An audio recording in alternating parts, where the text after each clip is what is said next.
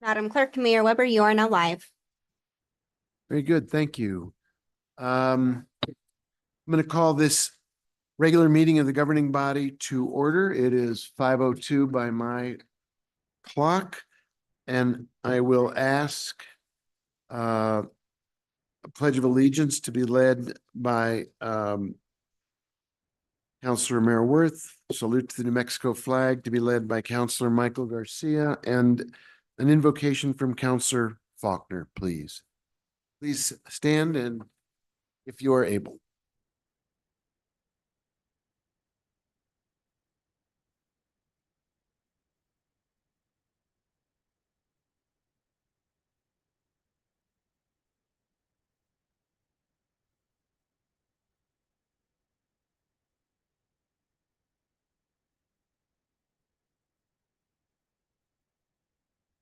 I would like to just say, anytime I'm asked to do the convocation, I want us to remember that we're here to do the work of the people. And that it is our job to take care of our community and to remember to do that with kindness and respect, regard for one another. Thank you. Are there remembrances tonight? Anyone in particular? Well, let's then, if there's no one in specific we want to call to mind, let's just be aware that here and around the world, there are people who are dealing with suffering, dealing with pain, trying to make the best of hard times, and we want to reach out to them and send our heart and our prayers and keep them in our minds, both here at home and in other places. Thanks, everybody. Madam Clerk, if you could please call the roll. Certainly, Mr. Mayor.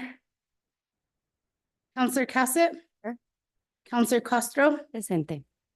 Counselor Chavez. Here. Counselor Faulkner. Here. Counselor Lee Garcia. Present. Counselor Michael Garcia. Present. Counselor Romero Worth. Here. Mayor Weber. Present. You have a quorum. And Councilor Lindell is excused. She is at the White House. And we hope she is presenting us well. Let us begin then with Madam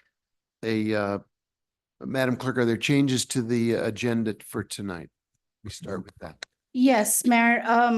Item 19A is going to be postponed to the next Finance Committee meeting on July 8th. And then it will follow the governing body after that. And then item 19B will also be postponed to the July 10th governing body meeting.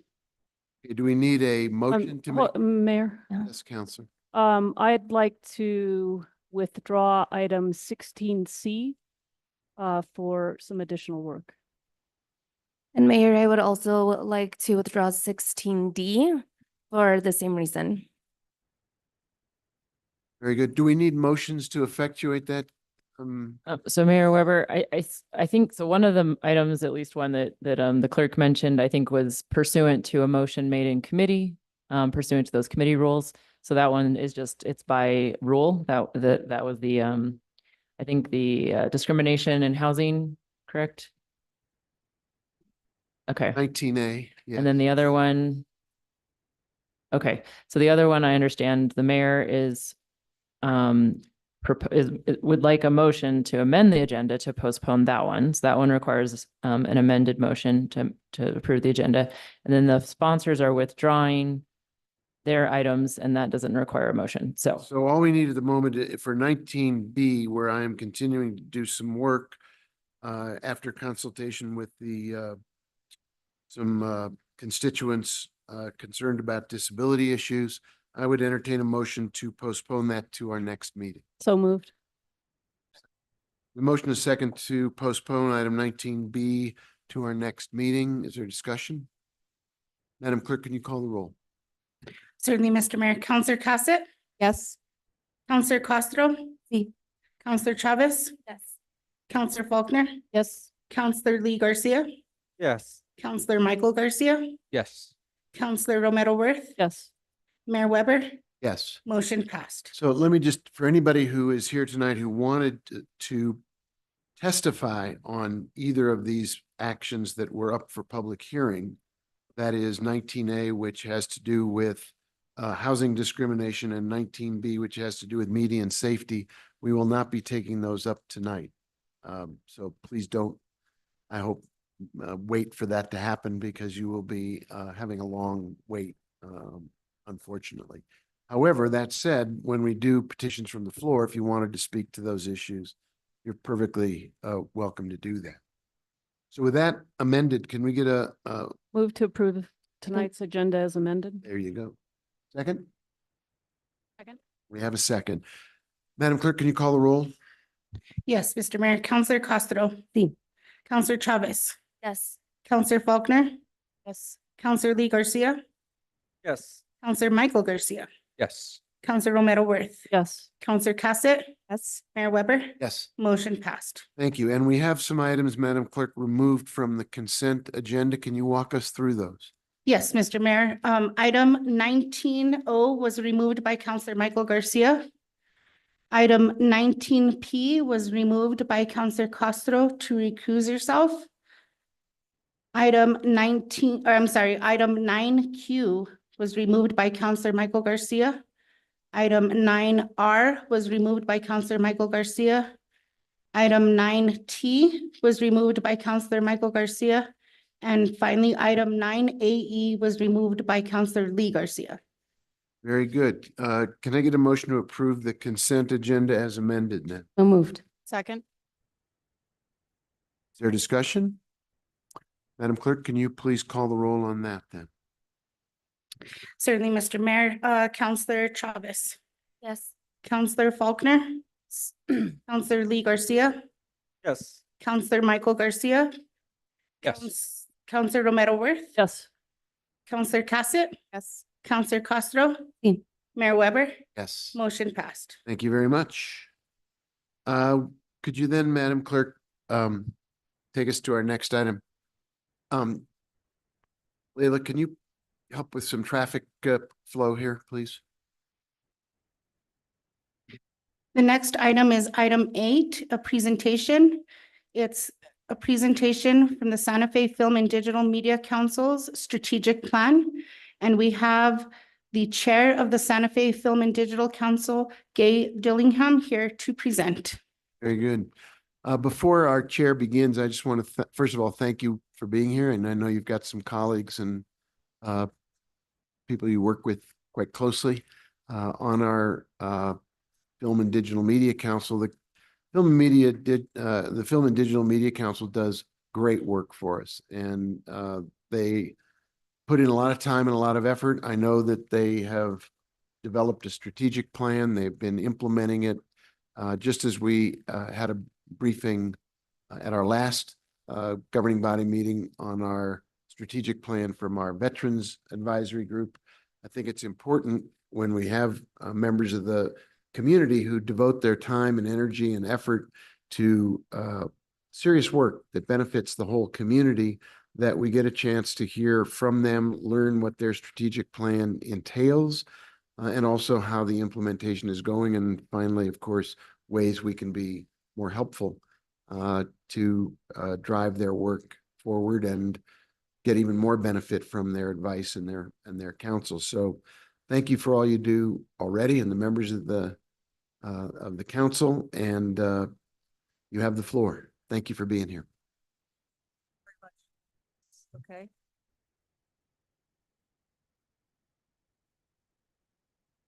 Testing, is it on? It's green. It's on. Thank you. Try to get as close to it as you can. Okay. Thanks. Well, thank you very much, Mayor Weber and councilors, for your service, public service, first and foremost. And thank you for giving us this opportunity to present to you all tonight, the governing body. Our report made to the Quality of Life Committee in February with Councilor Cassett, and that was very productive. Tonight, my name is Gay Dillingham. I am the chair, as we said before, of the Santa Fe Film and Digital Media Council. Our council is comprised of local media industry professionals and was formed in 2016 as an advisory group to the mayor and city of Santa Fe and county on issues around motion picture and television industries, as well as digital media within Santa Fe and Santa Fe County. Our 21 members form a diverse, experienced group representing many facets of the media landscape. We are Santa Feans, your local champions for our industry. We worked hard on the council's strategic action plan, which we concluded in 2022. And our plan functions as our guiding document of principles and goals summarized on this slide. And we do have it available both digitally and in print if you would like it.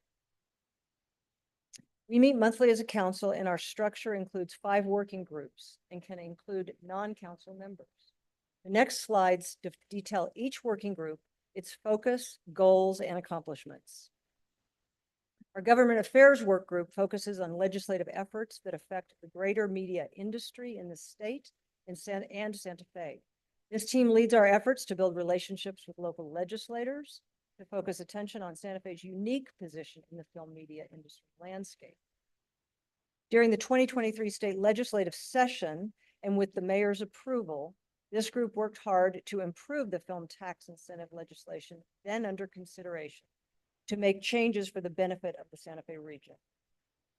This was a challenge since EDD did not, and the Film Office did not include us or the Santa Fe Film Office in crafting that initial legislation, Senate Bill 12. However, our council stepped into the fray and we were able to make some modest changes before the final legislation emerged as House Bill 547. We thank the mayor for being so responsive and giving us his go-ahead in such a timely manner.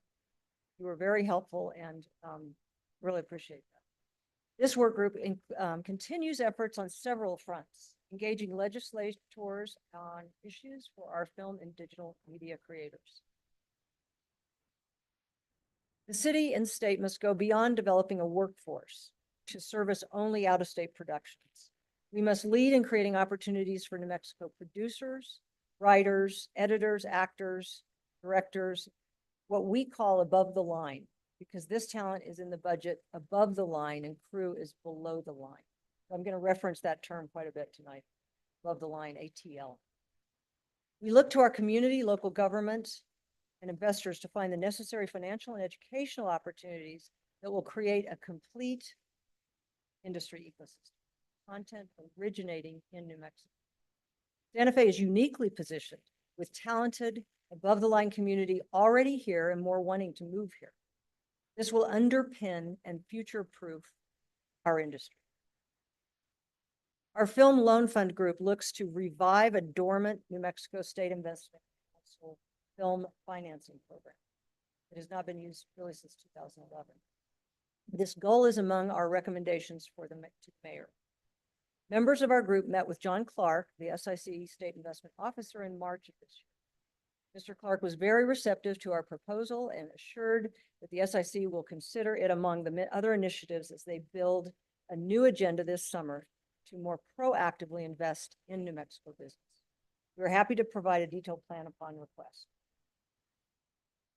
Our council brings together post-production professionals to identify opportunities to locate post services to Santa Fe.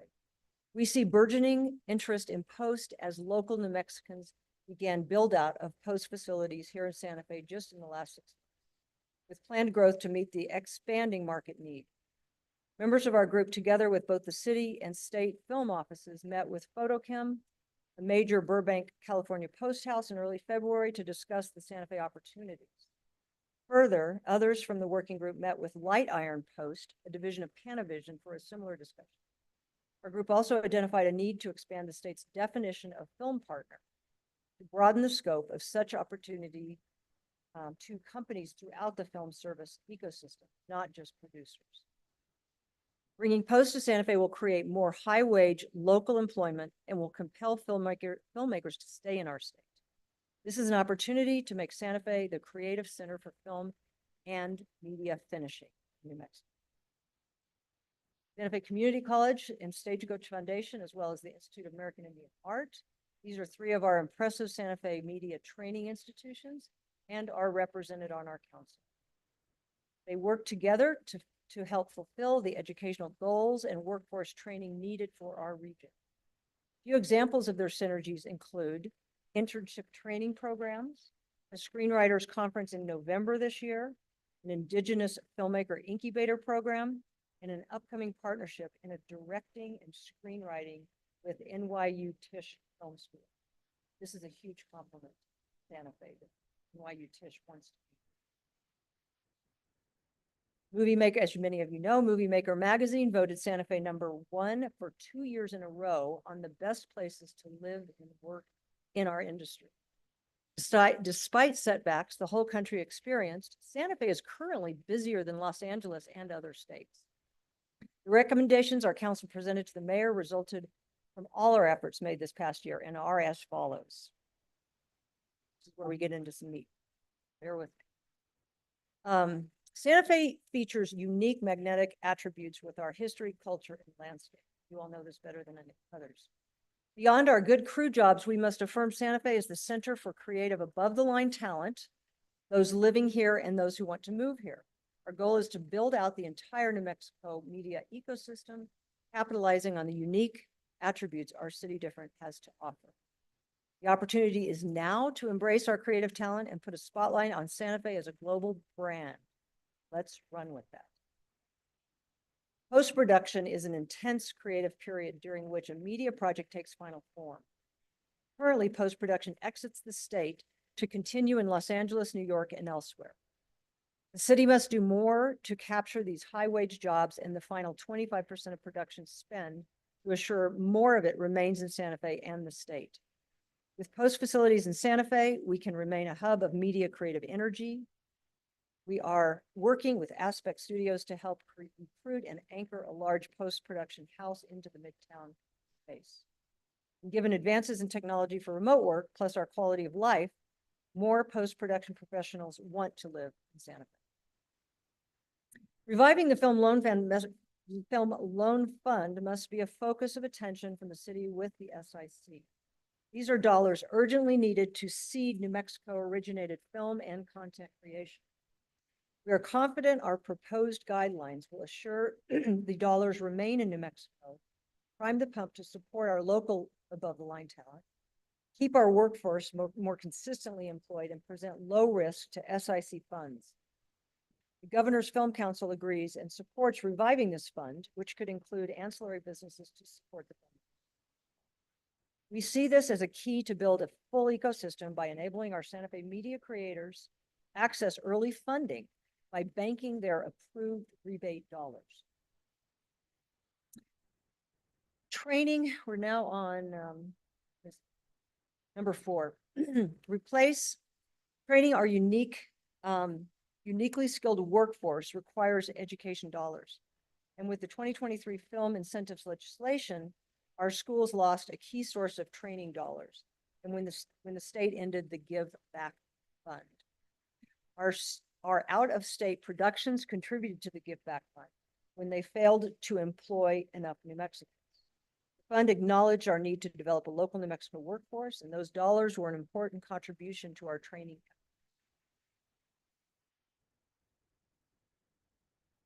State's media, just a second. There's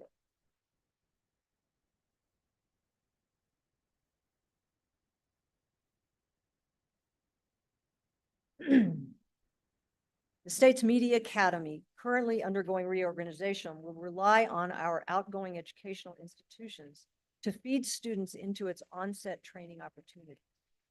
Yet these are the institutions now crippled by loss of that Give Back Fund. Funding media training is more important than ever. We recommend the city work with the state to replace those funds lost with the elimination of the Give Back program. On-set experience is crucial in the development of our workforce. New Mexico's Media Academy facilitates facilities build out is starting. Those plans focus on the Albuquerque Rail Yard, shops, redevelopment area, and satellite facilities in Las Cruces. Critically, the Academy plans to not include a facility in Santa Fe.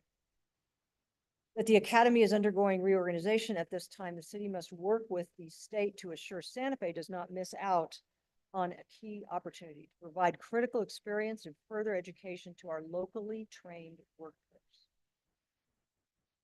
Film media industry is no exception to the need for affordable housing.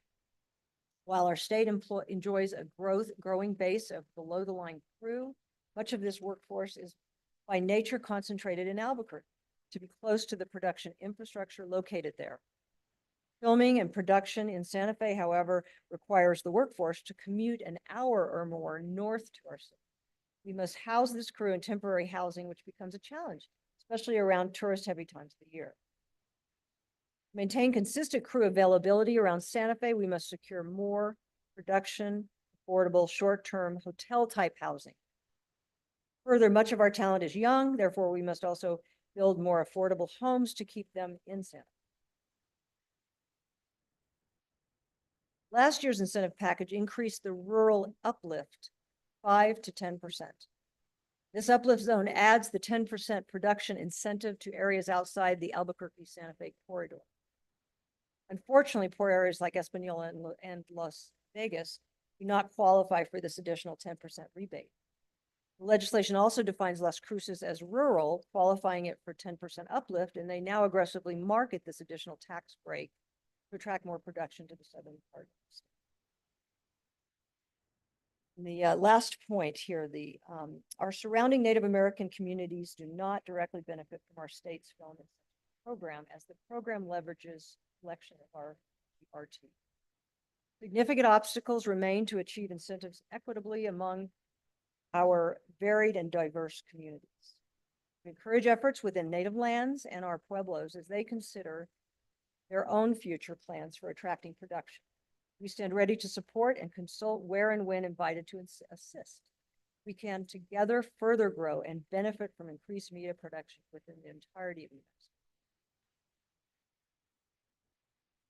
Santa Fe Film Office started in 2016, as many of you know, with 3 employees. Production growth in the state and in Santa Fe exploded since that time. Yet now we have one employee heroically managing this workload. Jen Labar Tapia, her office is in direct need of additional staff, and I know that's being worked on. Jen is our city and county's keystone to assuring success of all media production and ensures compliance with city and county policies. Jen engages in community outreach and education, including to our Pueblos, and works with partners in the public and private sectors to expand opportunities for local residents. We work to support Director Labar Tapia's efforts and consult with her on a regular basis. We are grateful for Jen and very proud of our Santa Fe Film Office. So some additional opportunities. Our city is uniquely positioned to facilitate connection within the creative community and to our local business and finance. The city is on course in working with our council to make these connections. April saw our first city-sponsored above-the-line coffee and collab in a packed house with local partner Violet Crown. Together, we work to promote Santa Fe as the creative center, lifting the whole of New Mexico. Green infrastructure. Our industry increasingly needs to turn to green and sustainable resources to mitigate waste and environmental impact. The city can leverage this industry effort to engage the wider community in developing more green infrastructure throughout Santa Fe. An improved and redeveloped Santa Fe Airport and its ancillary transportation is critical to our industry as well. The rail runner and reliable mass transit between the population centers better benefits our industry and people of all income levels. As we face the 2024 growth in production, Jen continues to be stretched. We recommend the city and county secure funding necessary to support the film office. Well, I think it's happening. Reiterating some of these points. And we support the proposed Midtown redevelopment with Aspect Studios. Our next slide provides.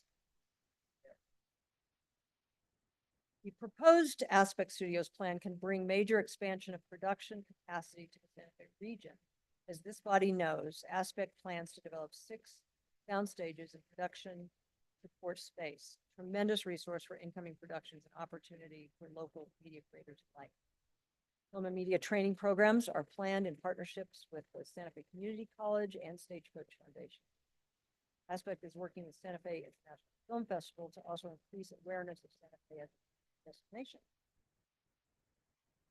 Aspect Studios has the potential to be an economic driver in Santa Fe, and we are excited by their vision for the village. Changes to our film tax incentive structure now put our own cities in competition, not just in competition. Santa Fe must aggressively market to overcome these challenges and promote our unique assets. I've been I've been reiterating this point, that by really supporting the Santa Fe unique aspect, we lift all boats. It's not really about us or them. Our key goal is to work with the city government to leverage funds from local, state, federal, and private sources to grow our Santa Fe creative media community. Creating stories by New Mexicans, employ New Mexicans to entertain a worldwide audience looking for diverse voices are a primary focus for us. Mexico's entire media industry will thrive long-term if we build and nurture our Santa Fe creators. Otherwise, it is a race to the bottom as other states compete with film incentives providing only labor, the Hollywood studio system. We must lead, not follow. Thank you so much for inviting us tonight. I understand this is the first time our council has gotten to present to the whole council, and we definitely want to be here to answer questions, take your guidance, and see how we can work better together to carry on this extreme work. Thank you. Before we open it up for questions, could you introduce some of your colleagues who are with you tonight? Jen LaBartapia, Santa Fe Film Office. You all know her. Robert Dennis is head of our government affairs working group, and some of our other members are chairs. Can you please speak into the microphone? I don't see anybody else from our council. I didn't make a big point about everybody getting here tonight. Sorry about that. It's okay, just to make sure that everybody's introduced and there may be questions addressed to them as well as to you. Yes, It's thank you. nice to have the resource here. Thank you for being here and for providing such a comprehensive and very thoughtful presentation, not just with your strategic plan, but with steps we can all take to make sure that this thriving industry continues to grow and to provide jobs and opportunity for people across our community. So thank you. Questions? Councilor Garcia. Thank you, Mr. Mayor. Thank you, Ms. Dillingham, for the presentation, and thank you, Ms. LaBartapia. Good to see you again, and nice to meet you, Mr. Dennis. From my initial reaction to the presentation, there's a lot of new emphasis be put on post-production work in Santa Fe. Can you help me understand the requirements around production in general, hiring local talent? I know during kind of main production of a movie, video, TV series, whatever it is there a certain percentage of locals that need to be hired for production? I don't know if Ms. Dillingham or Ms. LaBartapia can answer that. The incentives are all based on hiring local New Mexicans, but there's more detail to that. Thank you all for having us here tonight. I'm Film Commissioner Jennifer LaBartapia. So elevator pitch on the incentives, how that basically works is you start at 25% when you hire, it's incentivized. You hire all local crew, you use local businesses for your expenses, all of that. All those expenditures, you get 25% of that back from the state once you're done with production. So there's no cap on how many local crew or local businesses you can use or should use. There is a cap when you start bringing in out-of-state talent, when you start bringing in out-of-state crew, when you start using out-of-state businesses. You are allowed, that is incentivized to a point. It's not at the 25%, it's usually at 15%. And that's also capped at a dollar amount. So it's to incentivize having those productions that are coming in from out of state to use our local crew, use our local businesses. That same goes for the post-production. So post-production means, and Robert can speak a little bit, this is his field, is post-production, but it's your editing, it's your Foley, that's your sound effects. It's, it's special effects. It's all those things that happen once the movie's made. And then if we have those post-production houses in New Mexico, those services will also be incentivized. So it just is another incentive for those productions, for those producers to keep all that business within the state. So they get that 25%. It starts at 25%. There are available uplifts. There's 5% uplifts if you're on a qualified stage. like you're over at Garson Studios, you're at Aspect Studios, you're at one of our 7 Western sets that are all considered qualified production facilities, you get another 5% uplift. So now you're at 30%. And then if you are an episodic show, you're an order of 6 shows or less or more, excuse me, at 50,000 per episode, that's another 5% uplift. And then the rural uplift, that gives you a 10%, that caps out at 40%. And that rural uplift zone is a 60-mile zone from City Hall. So it pretty much wipes out all of northern New Mexico, with the exception of San Juan County. A little bit of Taos County gets it up at the border, but it really wiped out most of northern New Mexico, which Chair Dillingham was alluding to, that's something that we want to really be vocal about to our legislators the next time the film incentive comes up again, because our communities just north of us that can really benefit from film production being up there. That's been, in Rio Arriba County, any of those areas, Las Vegas, they've all been omitted from it. So it really benefits more of the southern part of the state. Did that answer the question? It did. And just to clarify, just because sometimes that microphone is a little wonky, did you say 15%, 15 or 5? For out of state, Okay. Thank you. and that's capped. Second question I have, and I don't know who the appropriate person to respond to this is, there was also highlighting development of affordable housing for crew and above the line housing. Can you speak a little more about what you might envision what that looks like? It also kind of goes hand in hand with everything you all are trying to do to have more affordable housing. But crew, they make pretty good money, but it's still, very competitive for rents. And a lot of times when you come in for a month or 3 months, you don't really need a full, some of it needs to be hotel style, not necessarily full housing. So it really depends on flexible housing. And as we all know, Santa Fe is just more expensive than Albuquerque. So a lot of the crew ends up basing out of Albuquerque, and that becomes a bit of a gating item for us. Okay. And through that proposal, who would fund the development of the housing? Well, that's more of a city infrastructure thing that we're talking about. And I know you all are working on that very hard. So we're just here to say that would be very important to our industry as well. Okay. With transportation as well. Right. Well, and I think that's the challenge is we lack major affordable housing for folks that are within the city already. And it can be quite concerning for folks if we're trying to provide affordable housing opportunities for folks to relocate here. I think we need to really provide opportunities to keep folks within our community. That should be our priority first. And then if people from Hollywood want to move here for an affordable housing opportunity, I think that's where I would like to work with you all in regards to how there might be funds to develop specific housing for the film industry needs, because it is sporadic in sense. Not only is it short term, but location is sporadic. Sometimes you have a production in one city and then the production moves to another city and moves. And so I guess, has there been any strategy around housing for Santa Fe, Albuquerque? You mentioned southern New Mexico. I know Rio Doso has been used a lot for production.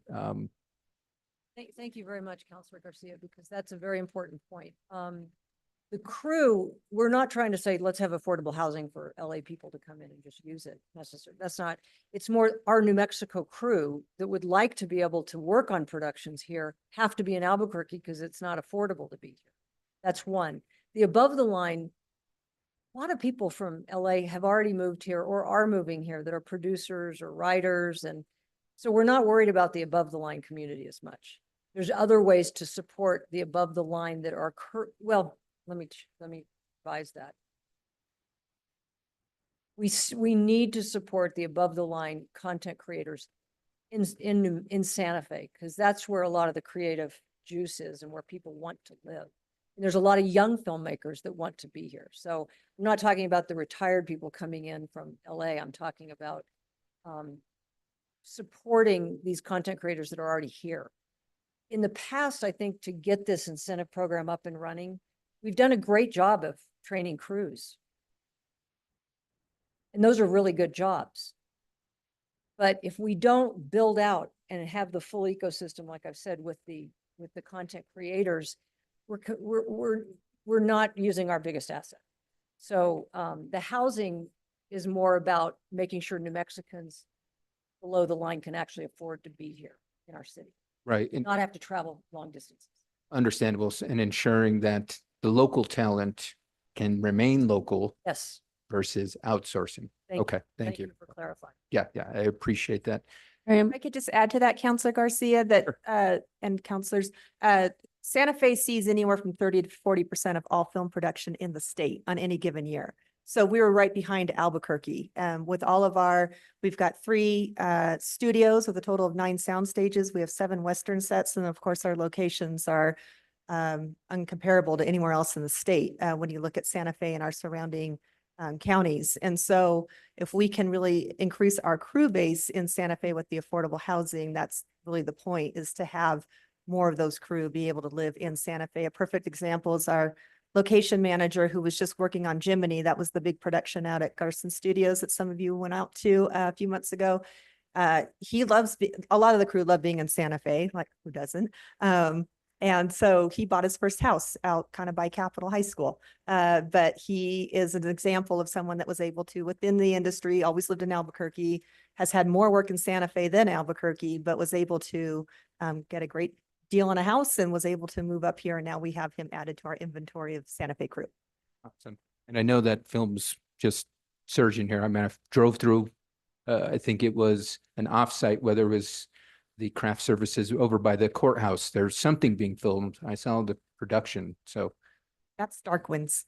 Yeah. Okay. So Dark Winds is downtown for the next few days. Yeah. gotcha. Well, Point of information, I think just to Counselor Garcia's point, unfair for me, this is the second time I've heard this presentation. Last time we heard more about the training programs for local students. So that might actually help. And we are focusing on local folks and we are investing in training some of these above the line. Is that correct?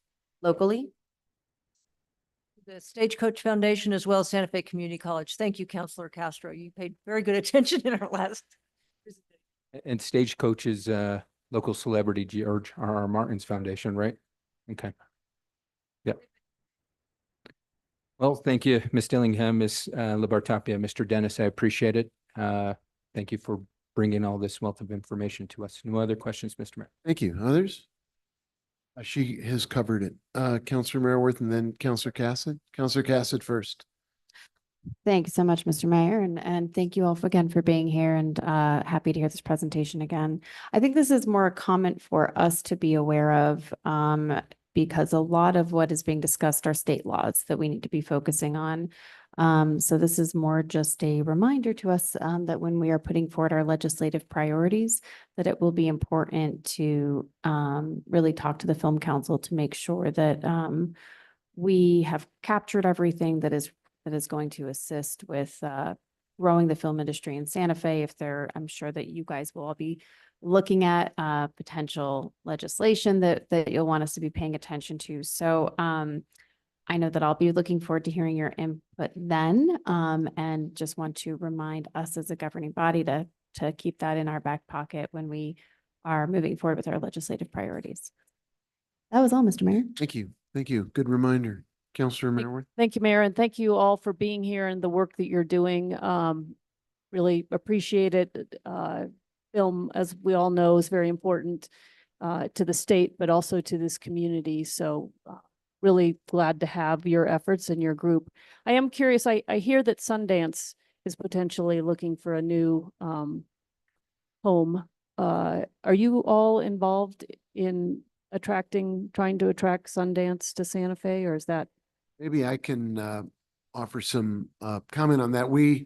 There is a competition nationally regarding that festival, and there is also a NDA that every city that wants to even be considered has been asked to sign to say that the competition, as far as any community that is interested is concerned, is supposed to be left not as a matter of response and then feedback from the Sundance folks. So it's a subject that's interesting, but not for discussion.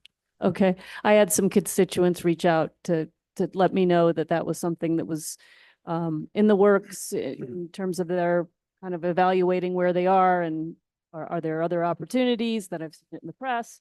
So just curious, you know. I can say, Councilor Merrill-Worth, that we currently have Sundance is here at a capacity. They've been here now 10 years with their native labs. So we do have a Sundance presence that's been in Santa Fe for 10 years. And so now with this process, basically what's happening is the contract with Park City is up in 2026. So they've gone out to an RFP process right now. So there were a handful of cities that were reached out to go through an RFI process. There was a cut, and then there was an RFP process. That time has come and gone. And so now it's all those that made those cuts are just kind of waiting. And that's kind of what I can say for now. Okay, thank you. Well, again, thanks for being here, for giving us the strategic plan. And I think I'll go back and look at your quality of life presentation as well, because I'm sure you had a little bit more time than you do tonight. So again, thanks for the work. Thanks for being here. Thank you, Mayor. Yeah. Counselor Garcia. I guess just because we can't talk about it, but I definitely think the council needs to be apprised of a Sundance application, because was it on behalf of the city of Santa Fe or another entity? Because this is the first, I mean, I've seen ripples of it, but nothing. I thought it was a private entity submitting an application, not the city of Santa Fe. And if it was the city of Santa Fe, I thought it would go through a consensus at minimum of the governing body. We can have that discussion because that's a huge commitment on behalf of the city. So can it be clarified if that was an application submitted on behalf of the city of Santa Fe or a private entity? Well, why don't we take this offline and we'll talk about it? Because I do think there is a program that has been followed and rules that are in effect. And we'll answer all those questions for sure. So I'll take that as the city of Santa Fe applied, and I'll respectfully request an executive session for the governing body to speak on that topic. No other questions, Mr. Mayor. Anybody else? Counselor Garcia, you good? Thank you all.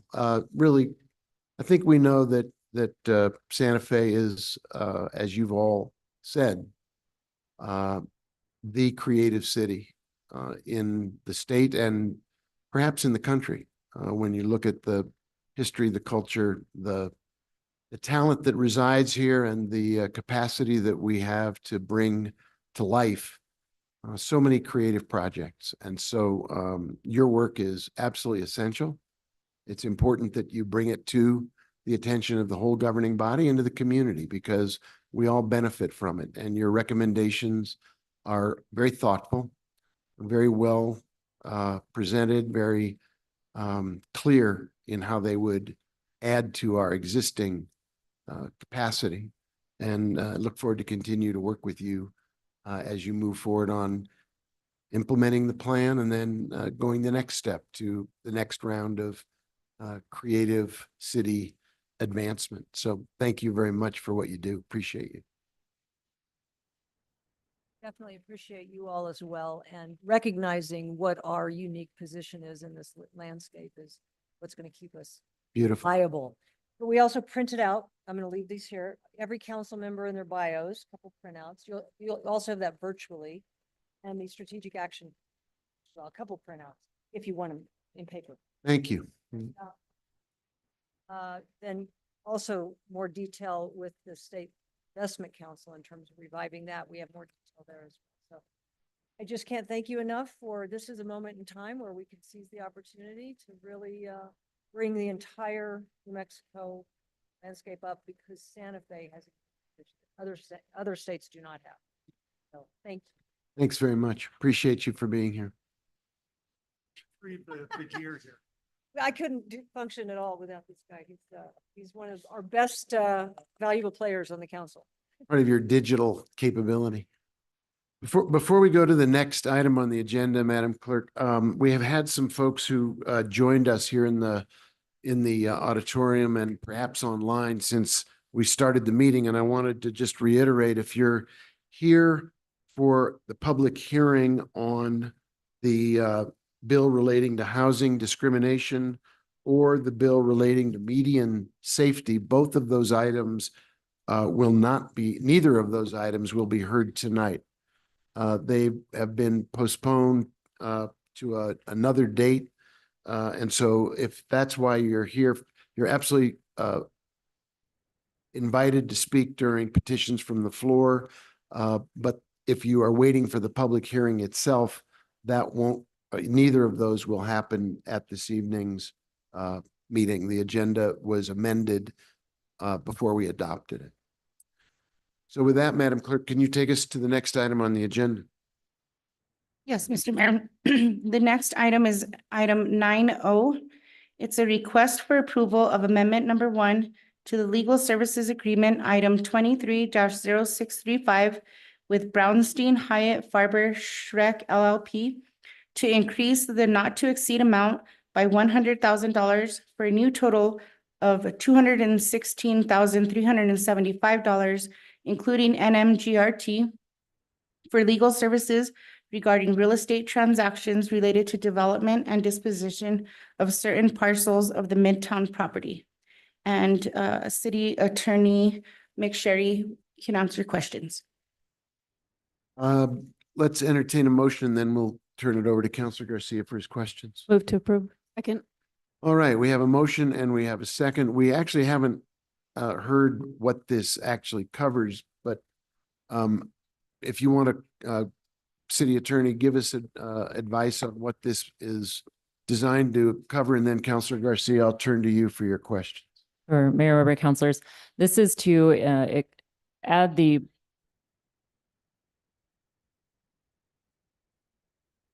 This is to add funding to the contract with the Brownstein Farber Schreck firm. We had it budgeted for 200,000 during this fiscal year. We didn't enter the contract until around December, so we put half of that amount in. We are about to complete spending that amount, and we are continuing negotiations. And the firm has created various templates that we're going to be using for future dispositions. So it's been very helpful. We were on the phone with them today and with our MRA director. We're working through the Garson Studios negotiation, and they've been particularly helpful with that. Very good. So Councilor Garcia, over to you, sir. Thank you, Mr. Mayor. So last governing body meeting, we approved the lots for the Midtown campus or the flexibility of them.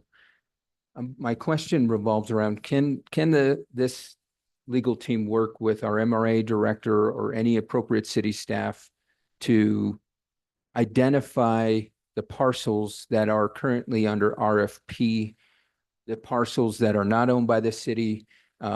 Because I would like to see a map of the property after, now that it's been kind of reparcelized, and have a visual picture of what portions of the property are under consideration for RFP for potential land disposition.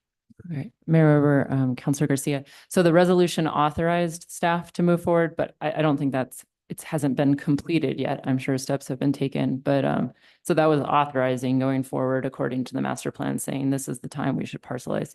So the council is working with MRA director on the existing RFPs that have been issued. They haven't looked at future RFPs at all yet, but they could once that's appropriate. So right now they would be making sure that the parcels that are identified in this disposition are the ones that were described in the RFP or the same areas. So my question is, can those identified parcels be identified within a map? And so the way that could be simply done is colorize the parcel to say, this is under X, Y, and Z RFP. This one is, so that way, not only from my perspective as governing body member, I can understand which parcels are being considered currently for disposition, but that way we can track it. And more importantly, the public can get an understanding of what is being considered for disposition.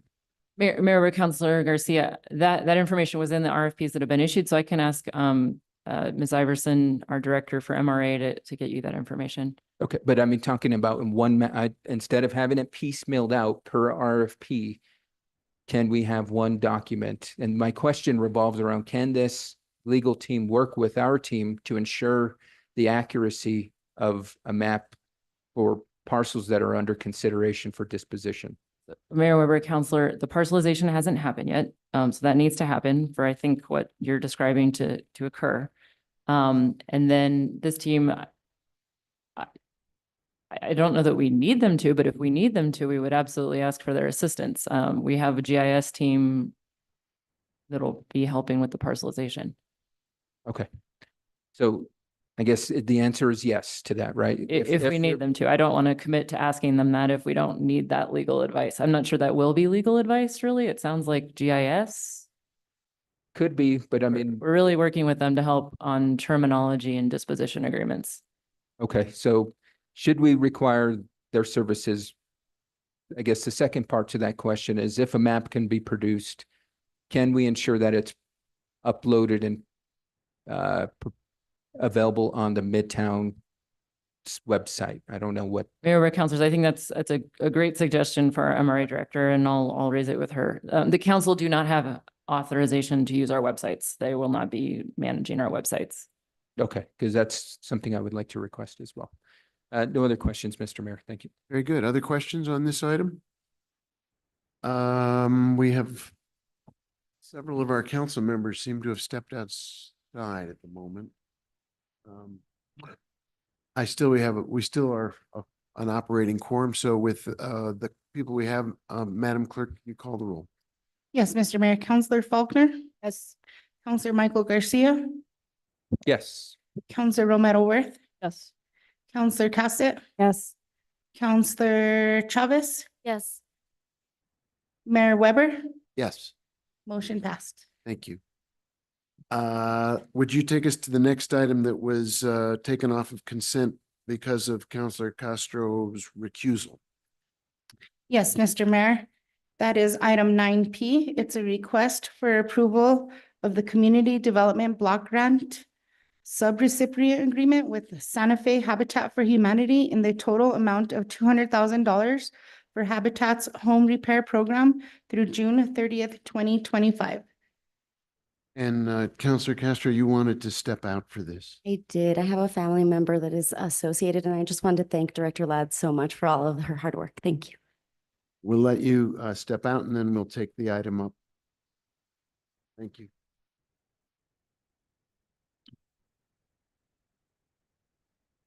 So I would entertain a approve. motion. There's a motion to approve in a second from Counselor Faulkner. Is there discussion on this item? Madam Clerk, could you call the roll? Yes, Mr. Mayor, Counselor Michael Garcia, Yes. Counselor Romero Worth, Yes. Counselor Cassett, Yes. Counselor Chavez, Yes. Counselor Faulkner, Yes. Counselor Lee Garcia, Yes. Mayor Weber, Yes. motion passed. Thank you. And I think Counselor Maraworth will be bringing Counselor Castro back in. Madam Clerk, the next item on the agenda, please. The next item on the agenda is 9Q. It's a request for approval of amendment number 2 to professional services agreement, item 22-0376 with the Santa Fe Community Housing Trust to increase compensation by $110,000 for a new total amount of $330,000 and extend the term through June 30th, 2025 to provide home buyer assistance for low to moderate income households. And we have Office of Affordable Housing Director Alexandra Ladd here for questions. Move to approve. Okay, there's a motion to approve and there's a second, and we'll turn it over to Counselor Garcia in 1 minute. But first, Director Ladd, if you wanted to just, for the people who are not familiar with this item, provide a quick overview as to what it does and how it was, the process that was used to bring it forward to this point. Thank you, Mr. Mayor. I would be happy to talk about this contract. This is one of my favorite fee for services contracts that the city supports. This is not subsidy. We're paying this, we're under contract with this organization to provide a set of services to the community. These services include a robust curriculum of homebuyer training and counseling, homebuyer classes, There's even post-purchase counseling, reverse mortgage counseling, and the organization reports to us every quarter on their accomplishments in these areas. They also provide support to the city for the implementation of inclusionary zoning. So they do all the income certifications for the projects that private market developers are building, to make sure that they comply with the price restrictions on those affordable homes. Thank you. And the process that made the award was, Mr. Mayor, this was an RFP that was done in 2022.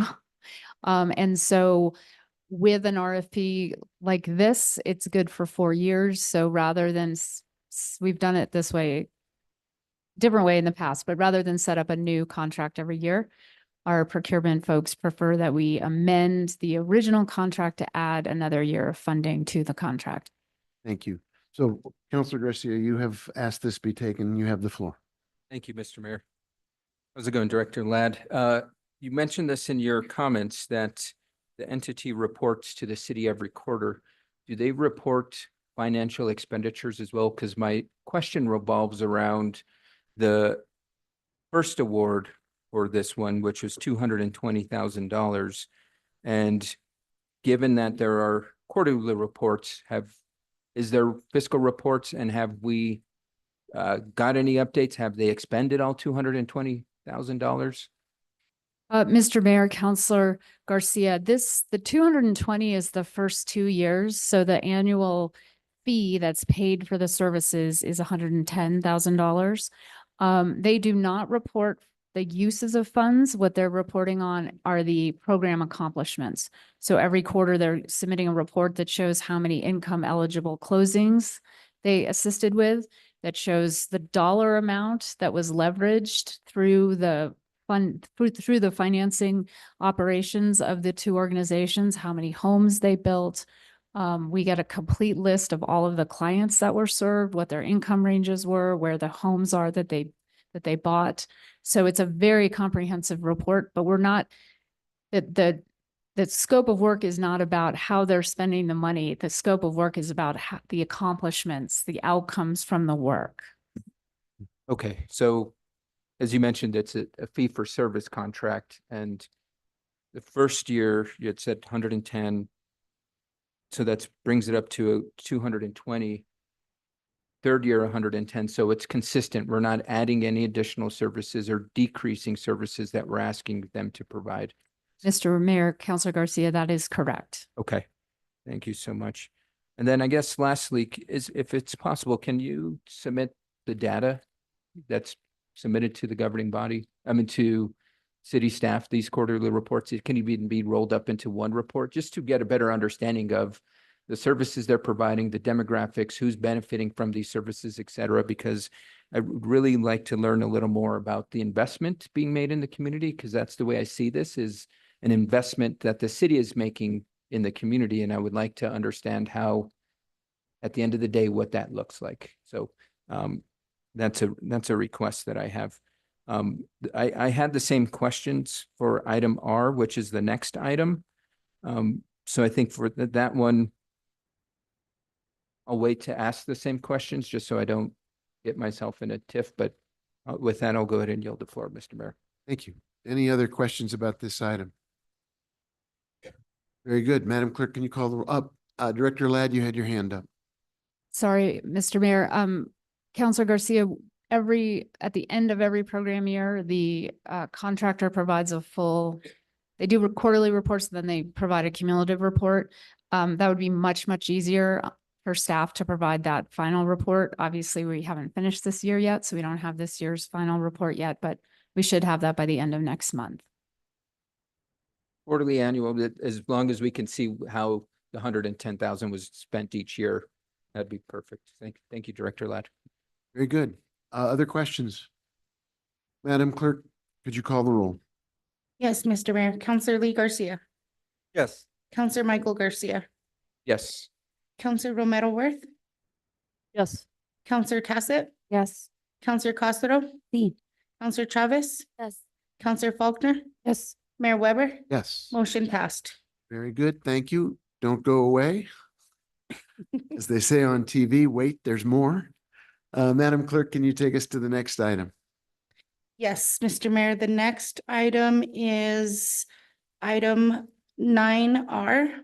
It's a request for approval of amendment number 2 to professional services agreement item 23-0375 with HomeWise to increase the compensation by $190,000 for a new total amount of $570,000 and extend the term through June 30th, 2025 to provide home buyer assistance for low to moderate income households.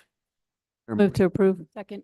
There's a motion to approve and there's a second. And Director Ladd, I don't want to assume anything, but for the purposes of clarification, just again, what does this cover that the public may not know this contract is about?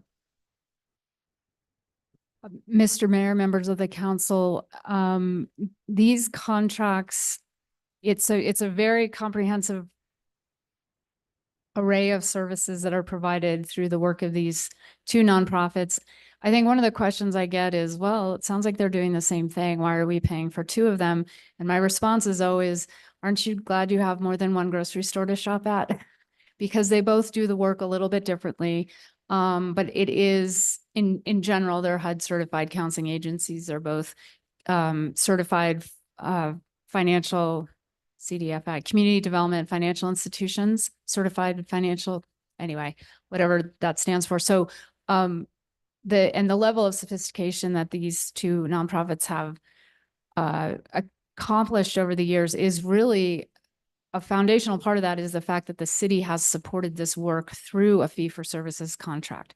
So they're able to really devote their energies to program expansion, new development, meeting emerging needs, and not have to worry so much about paying rent in the early days, especially. But now we've created the capacity for these two programs to provide a really essential service to the community. And I think they do have some differences in the services. HomeWise provides a home repair program. The Housing Trust provides a reverse mortgage counseling program. So they definitely have some differences, but in general, they work to increase the capacity of people in the community to purchase or maintain home ownership. Thank you. So Councilor Garcia, you pulled this item from consent. You, sir, have the floor again. Thank you, Mr. Mayor. And as I noted in the previous item, same questions. I think the only outstanding one is does HomeWise provide quarterly updates or an annual update to us where we can look at the data based on the services provided? Mr. Mayor, Councilor Garcia, both organizations provide very detailed quarterly reports and then a year-end cumulative report. Okay, so I would like to request to receive the year-end reports for both of these, for this contract as well. No other questions, Mr. Mayor. Thank you. Any other comments? Madam Clerk, could you call the roll? Certainly, Mr. Mayor. Counselor Romero Worth, Yes. Counselor Cassett, Yes. Counselor Castro, Sí. Counselor Chavez, Yes. Counselor Faulkner, Yes. Counselor Lee Garcia, Yes. Counselor Michael Garcia, Yes. Mayor Weber. Motion passed. Thank you. And then, Madam Clerk, the next item that was taken off of consent. Next item is item 9T. It's a request for approval of the Affordable Housing Trust Fund Professional Services Agreement with HomeWise for down payment assistance funding to a minimum of 12 client households at or below 120% AMI in the total amount of $600,000 through June 30th, 2025. Move to approve. Second. Motion and there's a second. Director Ladd, if you wouldn't mind giving us again a overview of this item, and then we'll turn it over to Councilor Garcia. Thanks, Mr. Mayor. So this is a subsidy program. So these funds are used directly to subsidize and increase the capacity of home buyers to afford homes by reducing the amount of the first mortgage that these home buyers have to take on. So it sort of fills the gap between what an affordable mortgage would be for these incomes and what the actual market value of the home is. These loans are used, and I will say the organization does not take out any administrative costs or indirect costs. Every penny of this goes directly into a transaction benefiting an income qualified individual. And the loans can be used on new construction. They can be used on existing homes. They're actually quite flexible in many ways. And then what the other item we look at, the contract is awarded through a request for application process. The provider, in this case, HomeWise, has to match every dollar they're applying for with $3 additional brought from either another funding source or even leverage from the home buyer who is able to qualify for a mortgage up to a certain amount. So it's very heavily leveraged, and it has usually about a $1 to $10 or $12 impact in the community. Very good. Counselor Garcia, sir, you have the floor. Thank you, Mr. Mayor. Thank you, Director Ladd. I guess my first question is, for this item and the following 6 items, it's proposing to use Affordable Housing Trust Fund resources. Am I correct? Mr. Mayor, Councilor Garcia, that is correct. Okay, and am I correct in my understanding that there will be a forthcoming request to utilize reserve funding to cover the cost of, is it these 7 items? Am I understanding that correctly? Mr. Mayor, Councilor Garcia, I can't answer that question because I'm on the user end of the funds, and I'm not the one who's balancing the budget and figuring out how the cash comes through the budget. But the budget is there to fund these contracts. Who can answer that question? Mr. Mayor, Councilor Garcia, somebody from our finance team or our budget team. We have finance or budget here. I don't see. Okay, so the way it was told to us was that these budgeted items were going to be used reserve funding. And my question was, why haven't we seen that request for reserve funds to cover this? But in your comments, you had mentioned that there is existing balance to cover the funds for this request. Mr. Mayor, Councilor Garcia, that's not what I said. We don't have existing balance that we carry over in the fund except in projects that haven't fully expended their funding. The funds are available in the budget to use in this way. And I don't know how to explain how those dollars flow through the budget. They are there, they're available for these funds, but it is next year's money. It's not a balance that's carried over. Some of it, and I take that back a little bit, some of that funding does come from fees that we collect from other revenue. But the majority is in the budget to provide the support for these contracts. And I think this is where I'm a bit perplexed, because we need budget to clarify, because budget did tell us that the money's allocated through at least the operating budget we approved a couple months back. It was identified that reserve funding was going to cover that allotment. And Councilor Garcia asked this question, and I think through his questioning, that's what we came to the conclusion that in the proposed operating budget, there was the amount that covers for these 7 items. And then the question was, well, why are we coming to reserves to cover Affordable Housing Trust Fund when we thought we appropriated it? So I guess my question, and this is the unfortunate, is this time sensitive? Because I think we need to clarify from budget, one, why we're approving these expenditures if we do not have the budget, or it can't be confirmed right now.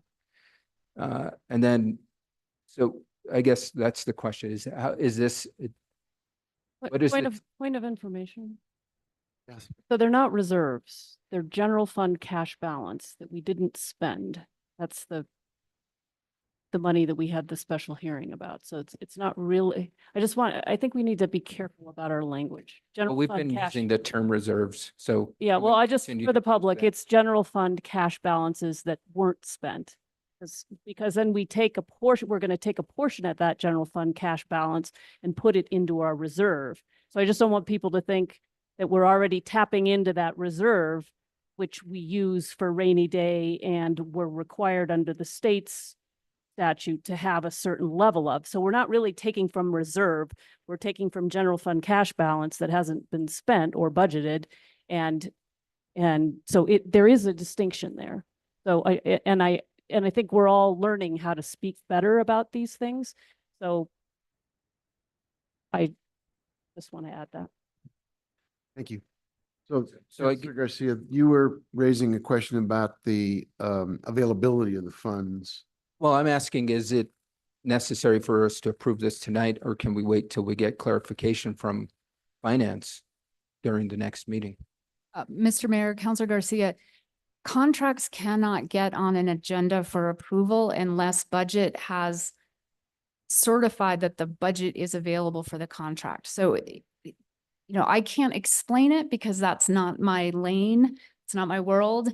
But the funding is there. Otherwise, these contracts would not be on the agenda. They have to get approved by budget. And what I will say is if this contract isn't in place by July 1, that could potentially disrupt an income qualified home buyer. They're closing. I have no way of knowing. There might be somebody ready to close on July 2nd. I would hate to be the one to make that phone call that the funding's not there for them. So yes, it's very time sensitive that we get these contracts in place. Why is it coming to us so late then, 2 weeks before, a week before the deadline, if it's that critical? We need to be able to have some flexibility in regards to if there are changes to be made. I think it's just bad planning then if that's the case, because it doesn't allow for the governing body to say, we don't like X, Y, and Z. And it then puts us in a position where it could put somebody in a negative repercussion of our poor planning. And so given that, can you clarify for me around the Affordable Housing Trust Fund balance? What is the Affordable Housing Trust Fund balance at this moment in time? Mr. Mayor, Councilor Garcia, the funds that are available for supporting affordable housing in all these different ways, through direct subsidy, through subsidizing construction, helping people maintain housing stability, all the different ways that the funds are expended. We have had a balance to work with every year.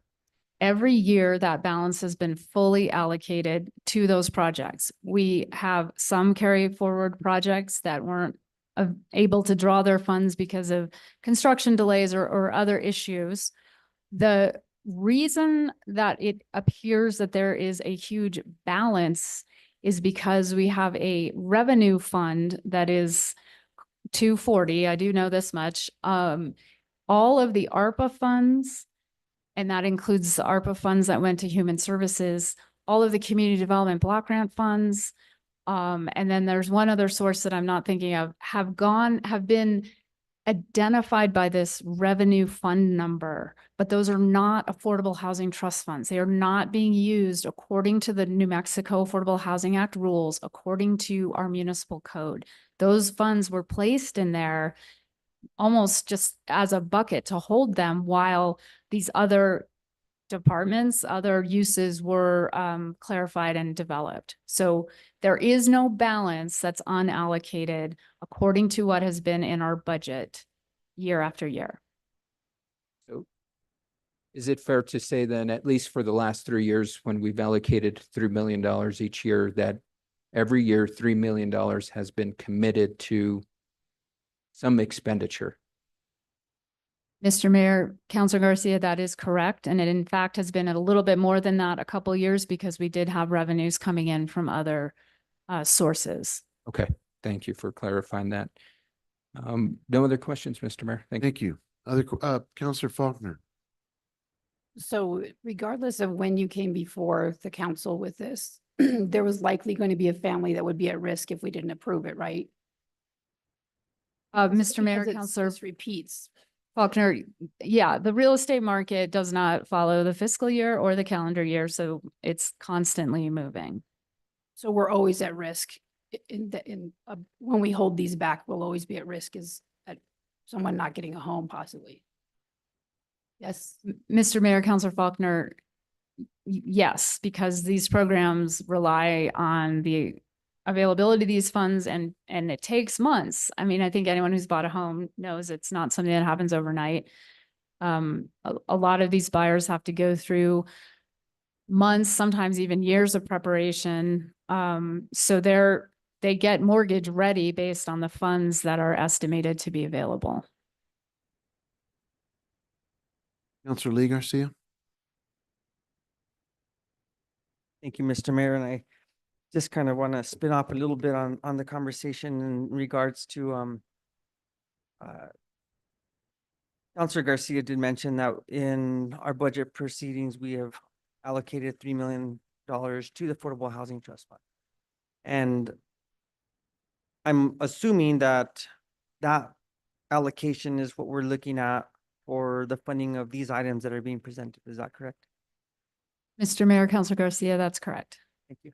And so when we did have the, and I'm just bringing up clarification points here because when we had our special meeting, during that meeting, it was presented that we would utilize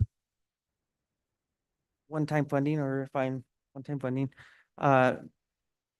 which was $3 million, which kind of is confusing because it sounds like we want to take that $3 million and utilize that towards Affordable Housing Trust Fund, which is confusing. And I know we don't have budget here. And so I don't believe that that is something that we as a governing body have voted on to move from that one-time funding. And I think that would come forth in as a bar. I'm just trying to work this out. We haven't had that yet, correct? Mr. Mayor, Counselor Garcia, that is correct. We always do a bar to move forward funds from the prior year as well, so that they can stay connected to the current activity. Okay, those are just my questions and they were kind of clarifying and I do appreciate the conversation. I think it was important to have. Thank you. Other questions? Madam Clerk, we have a motion and a second. Yes, Mr. Mayor, Counselor Cassett, Yes. Counselor Castro, Sí. Counselor Chavez, Yes. Counselor Faulkner, yes, Counselor Lee Garcia, Yes. Counselor Michael Garcia, Yes. Counselor Romero Worth, Yes. Mayor Weber, Yes. motion passed. Thank you, Director Ladd. Is this going to be your last city council meeting? Mr. Mayor, I will still be with the city on July 10th. So right now I don't have an agenda item, but yes, We'll things make can sure, change. put one on there so we can have you at that meeting. I don't want to miss the opportunity to say some kind things about you. Thank you for being here and for all your great work. Madam Clerk, can you take us to the next item then? Yes, Mr. Mayor, the next item is item 9AE. It's consideration of a resolution sponsored by Counselor Signe Lindell, Mayor Alan Weber, and Counselor Alma Castro. It's a resolution establishing City of Santa Fe offices and city-owned buildings as safe spaces and anti-bullying zones for all community members, calling on the city manager to develop and implement city policies and regulations, ensuring that city offices and city-owned buildings are recognized as safe spaces and anti-bullying zones, to create visible signage to promote the safe spaces and anti-bullying zone policies and regulations, to develop and implement a citywide employee training program in support of safe space and anti-bullying policies and regulations, to devote appropriate resources for the training program and for responding to incidents of bullying and harassment within city offices and in city-owned buildings, and to provide annual updates to the governing body on progress. And we have Business Growth Manager Casey Delbor here for questions. I'd entertain a motion, motion to approve. Second.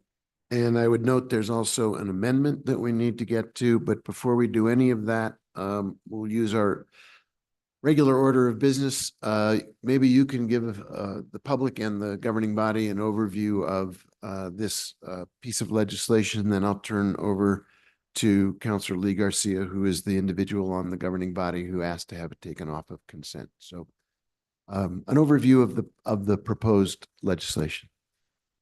Mr. Mayor, Council, thank you so much for having me here. Happy Pride, as almost over, but we're still going through. So this legislation, this resolution came through as we talk about pride, as we talk about what it means to be prideful and the cost that some people have to face when dealing with prejudice. And also during Pride, we talk about how many children are at risk for bullying and suicide during this time.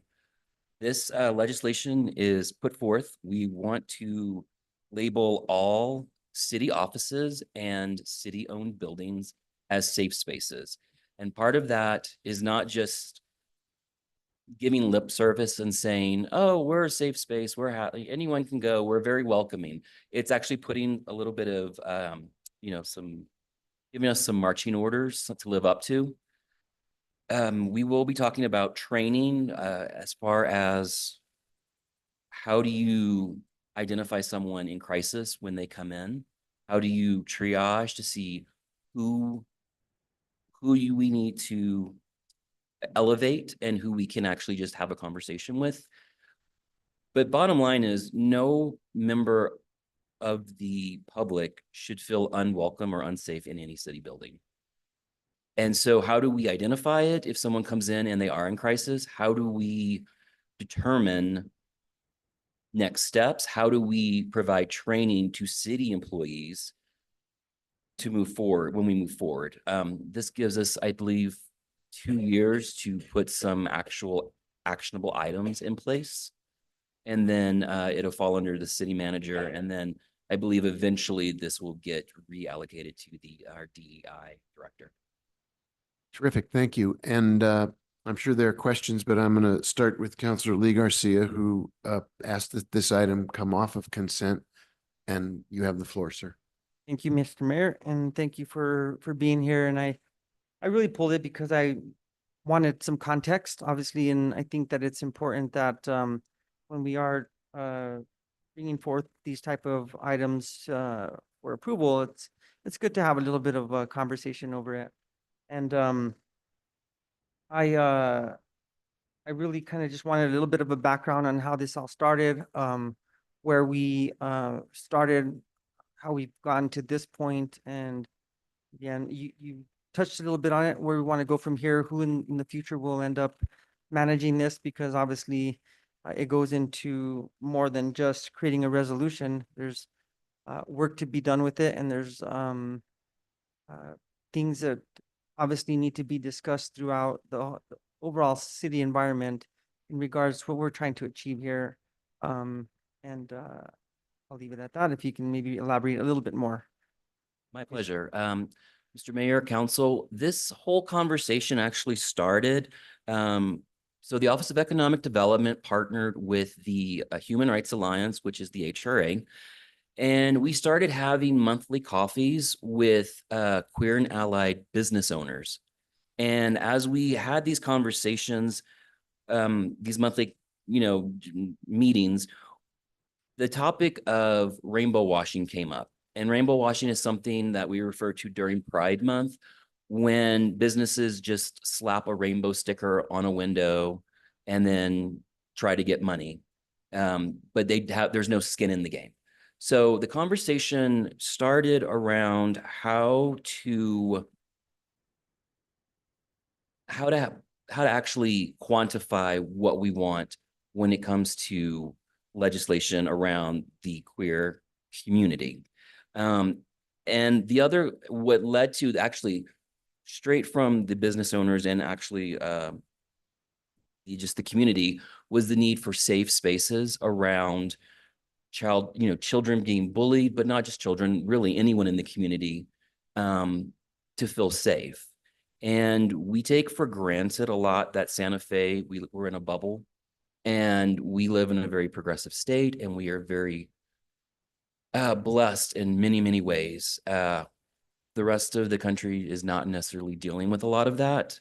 So it became a question of how do we protect people and how do we make people feel safe? And it is, I think where we come from is that we can't do everything all at once. We would love to. This is a very small step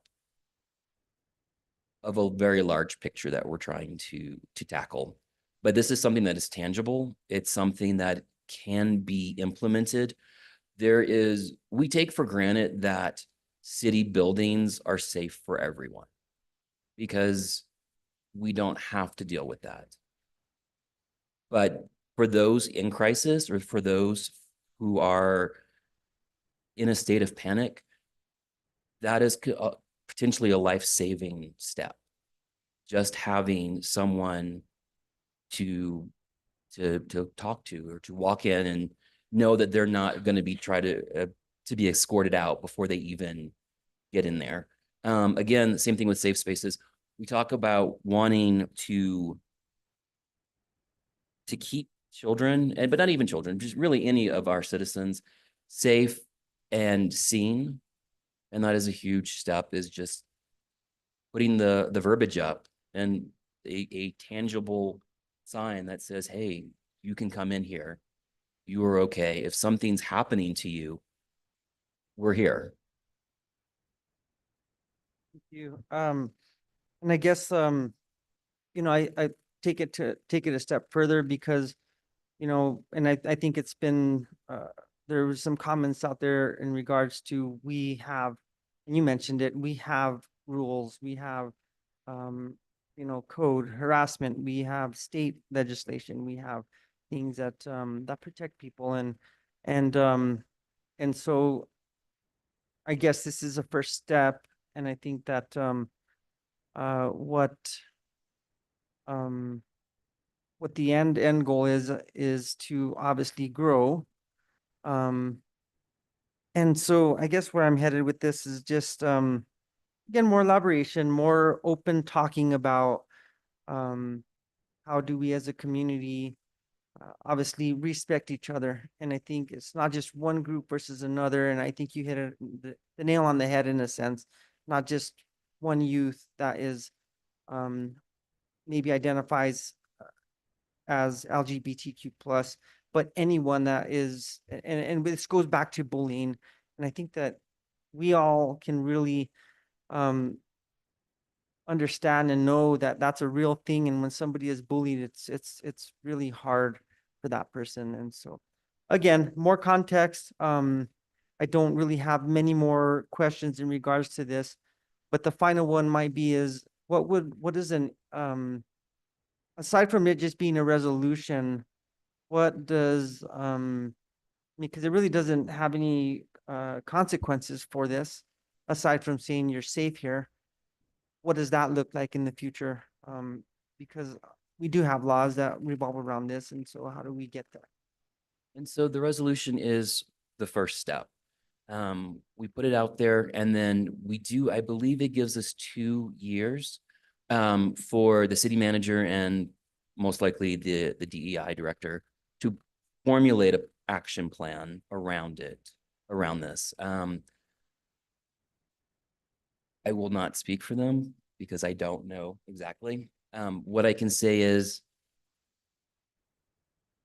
and not to take it to church, but this is a time that we can stand up and we can say, you know what, let's just do something, because something is better than nothing. And it is a first step. And I think Y voy a hablar muy despacio porque voy a hablar en español, porque esta resolución también es de inclusividad y algo que quiero. I'm sorry, let's just do this in an orderly way. I didn't actually turn the mic over to you yet. Perdón. Lee, were you, Councilor Garcia, were you done? No, I'm good with it. And if I would also maybe just make a comment in regards to, there's an amendment to this. Yes. So being that there was an amendment to this resolution, it should have either been placed on. We'll get to it in a minute. So, punto de información.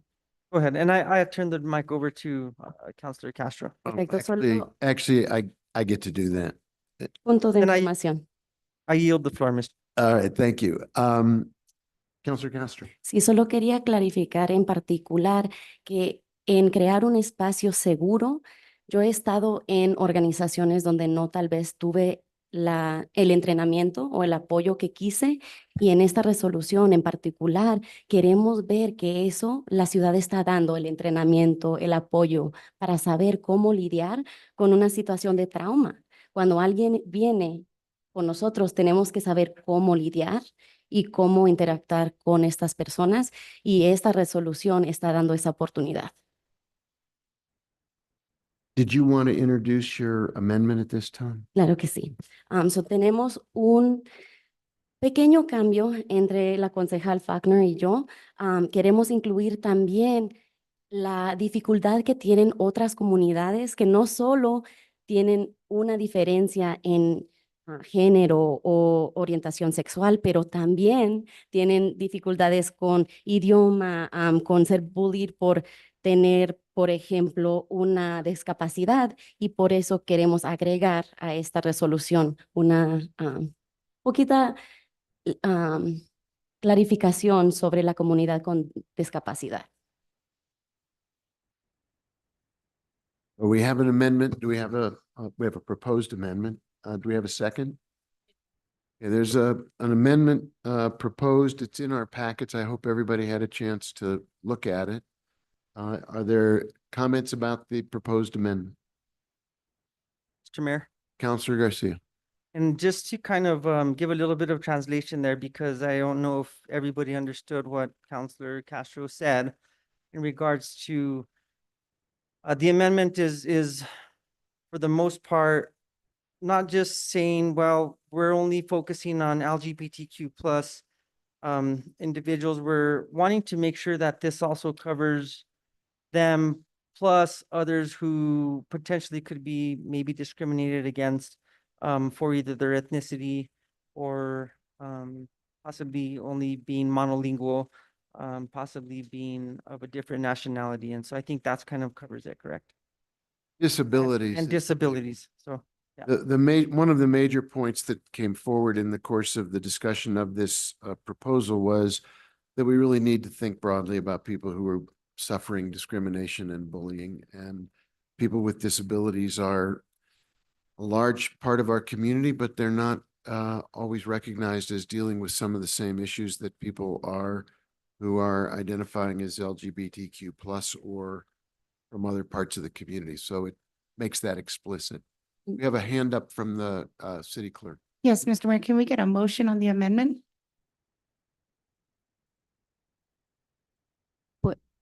No hice una moción. Estoy moviendo para que aceptemos este cambio. And you had the second already, so we're good to go. Before we, well, let's vote on the amendment and then we'll have a main motion as amended. Is there a discussion of the amendment? Any further dialogue? Madam Clerk, could you call the roll on the amendment? Yes, Mr. Mayor. Counselor Chavez, Yes. Counselor Faulkner, Yes. Counselor Lee Garcia, Yes. Counselor Michael Garcia, Yes. Counselor Romero Worth, Counselor Cassett, Counselor Castro, Sí. Mayor Weber, Yes, motion passed. thank you. We have now a main motion as amended. Other questions or comments about it? Counselor Michael Garcia, sir.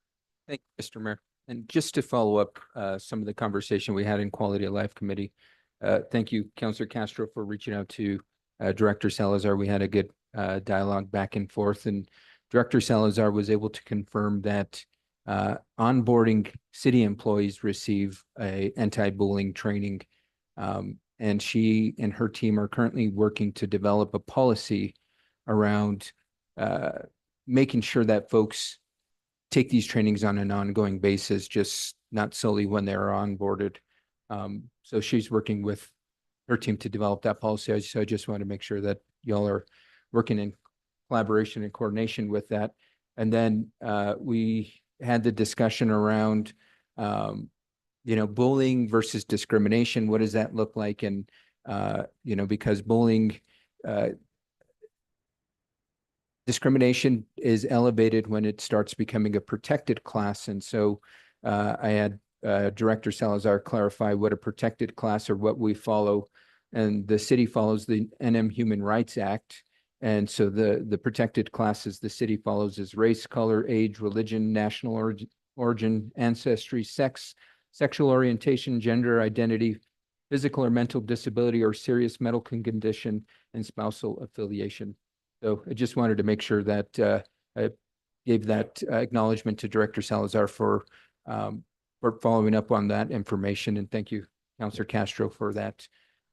With that, as I mentioned earlier, I just want to encourage Casey to continue to work with HR on this because it's going to ensure that we have a strong, robust training and system set up. One other thing is Director Salazar confirmed that we still do use, I think it's GovU or whatever the platform was we were talking about last time. And so just that way, there's a strong, sustainable system in place for the city to ensure that we're following this resolution. So thank you. And thank you, Casey, for being here this evening. No other questions, Mr. Mayor. Thank you. Other comments, questions? I want to speak a minute about the point that Councilor Lee Garcia made about where does this show up? And the answer is it's going to show up in city buildings with signage, just as we have signage on our doors and windows in city spaces now that say people bringing in deadly weapons in places where kids are coming because of school or other gatherings are prohibited. We can say the same thing when it comes to bullying and discrimination, designating through signage and through explicit language that this is a safe space. At the same time, we're going to be looking at augmented employee training programs to make sure that we're all really aware of what the impact of bullying is on people and the responsibility we have as individuals, elected or non-elected, as residents of Santa Fe, to step up and speak up, and that it's we are a city government committed to treating everyone with respect and with dignity, and to provide training and recognition that is that's a part of life. It's not an add-on. It is a core value of this city and of this city government. Some of the topics that are specified in the resolution involve de-escalation techniques, cultural competency, learning more about people who aren't like you or me, or maybe just appear to be different, but are fundamentally the same. Whether that is done through training, through interactions, through personal friendships, through the kind of coffee and connect programs that economic development has been sponsoring, including this morning, where there was a really powerful gathering of people talking about this complete set of issues in the context of Pride, but not only in the context of Pride. And so there is there's a roadmap as well as a timetable talking about annual updates to make sure that this resolution is not only honored in its spirit, but in its implementation. And I think that ultimately will be the commitment that we're making tonight. Any other questions? Comments? Madam Clerk, could you call the roll? It's on the main amendment as amended, the main motion as amended. Yes, Mr. Mayor. Councilor Castro? Sí. Councilor Chavez? Yes. Councilor Faulkner? Yes. Councilor Lee Garcia? Yes. Councilor Michael Garcia? Yes. Councilor Romero Worth? Councilor Cassett? Yes. Mayor Weber? Yes. Motion passed. Thanks for being here. See you Saturday. Madam Clerk, can you take us to the next item on the agenda, please? Yes, Mr. Mayor, the next item on the agenda is item 10 under action items discussion agenda. It is consideration of a resolution sponsored by Counselor Amanda Chavez and Counselor Carol Romero Worth. It's a resolution authorizing the mayor, city manager, finance director, and named public utilities department staff to act as designated signatories on certain water, wastewater, and environmental services projects. We have Director John Dupuy here for questions. Let's begin with a motion, please. Move to approve. Second. There's a motion, there's a second. When we tabled this, didn't we have a motion on the floor? to Already on the amend? floor? That's a fair That question. was the big debate. We were debating the amendment. That's a fair point. And so with that being said, I'm making a motion to withdraw my amendment. Okay. Well, let's determine first, Counselor, that your memory is actually specifically accurate. Did we already have a motion on the floor? Mayor Weber, I think that's correct. Yes. Okay. Right, so then I withdraw. We don't need a new motion, correct? So we have a motion that's standing, and Counselor, but before we get any further, Counselor Garcia, you were going to withdraw your prior amendment. Correct. I believe we had a motion to amend previously, and after connecting with Director Dupuy and understanding the full complexity of this process, it's led me to withdraw the amendment because we're having the ordinance come following that the governing body will approve, which then that leads to you as being this, yep. So I apologize, I don't have your memory. Did we have a second to your motion for your amendment? Because we need to withdraw that, yes? I can't recall. I know we had, I'm assuming so because we had Because extensive otherwise we discussion wouldn't have on had the matter. amendment on the floor, yeah. Might have been I that think second, it so might I have will been, yeah. withdraw my second. All right, wait, so both the amendment and the second have been withdrawn. So thank you. We have a clean slate with a motion to approve. And is there more discussion at this point then?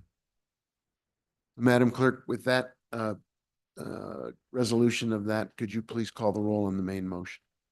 Certainly, Mr. Mayor. Counselor Faulkner, Yes. Counselor Lee Garcia, Yes. Counselor Michael Garcia, Yes. Counselor Romero Worth, Yes. Counselor Cassett, Yes. Counselor Castro, Me. Counselor Chavez, Mayor Weber, Yes, motion passed. thank you. Thank you for being here. Appreciate it. I think we reached a good outcome, so thank you all for helping get there. Madam Clerk, what is the next item on our agenda?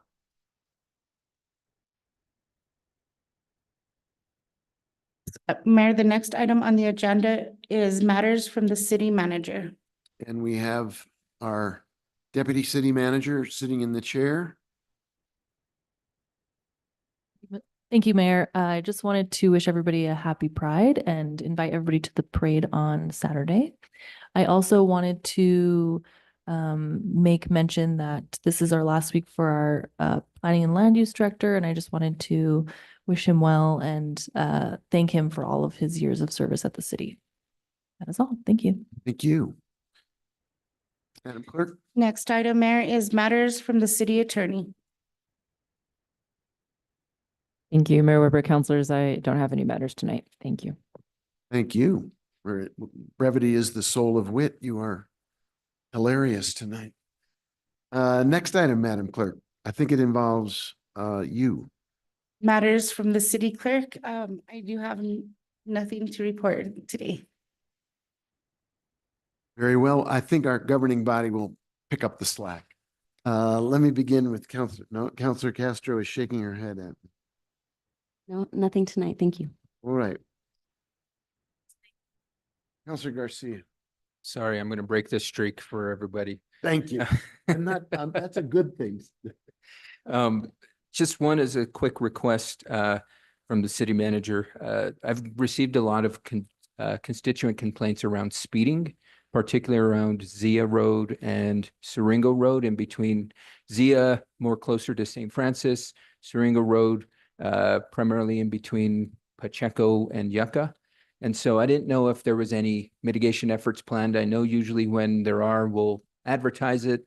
And if there isn't, I would definitely like to request some increased support, just because You know, especially when there's speeding involved, there can be tragic outcomes. I mean, for example, I was picking up my kiddo from recreation camp yesterday, and this is not even a major thoroughfare. It's Avenida de las Campanas, right in front of Kearney School, and a vehicle crashed into a house.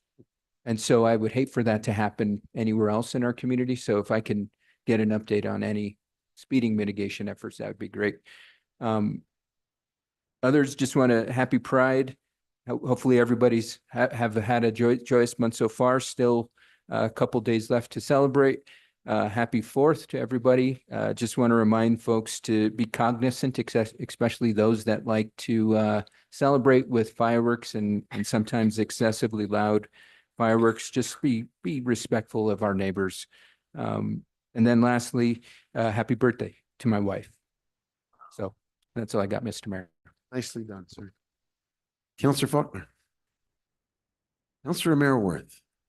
Thank you, Mayor. I'd say happy Pride, happy 4th of July. And as for the speeding in District 2 that Councilor Garcia just referenced, I know he asked for help from the city manager, and I guess I would request that the chief and be looped in on that as well. I know I have requested some of those portable speed tracker things to be placed over there to just make people aware that they're going too fast. And I think they also do some work in terms of getting us data to better understand the nature of the problem. So just echoing what Councilor Garcia is requesting. Thank you.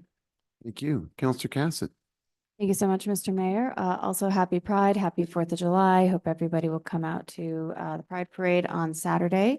I did also want to recognize Director Klug in his last week or so with us. And I really wanted to express my gratitude to him and the work that he's done in the Land Use Department. I know that I am not always easy to deal with, but he's always been really wonderful at answering my questions, at responding. And so I just want to wish him luck and really thank him for the service that he's given the city. That's all, Mr. Mayor. Thank you. Counselor Lee Garcia.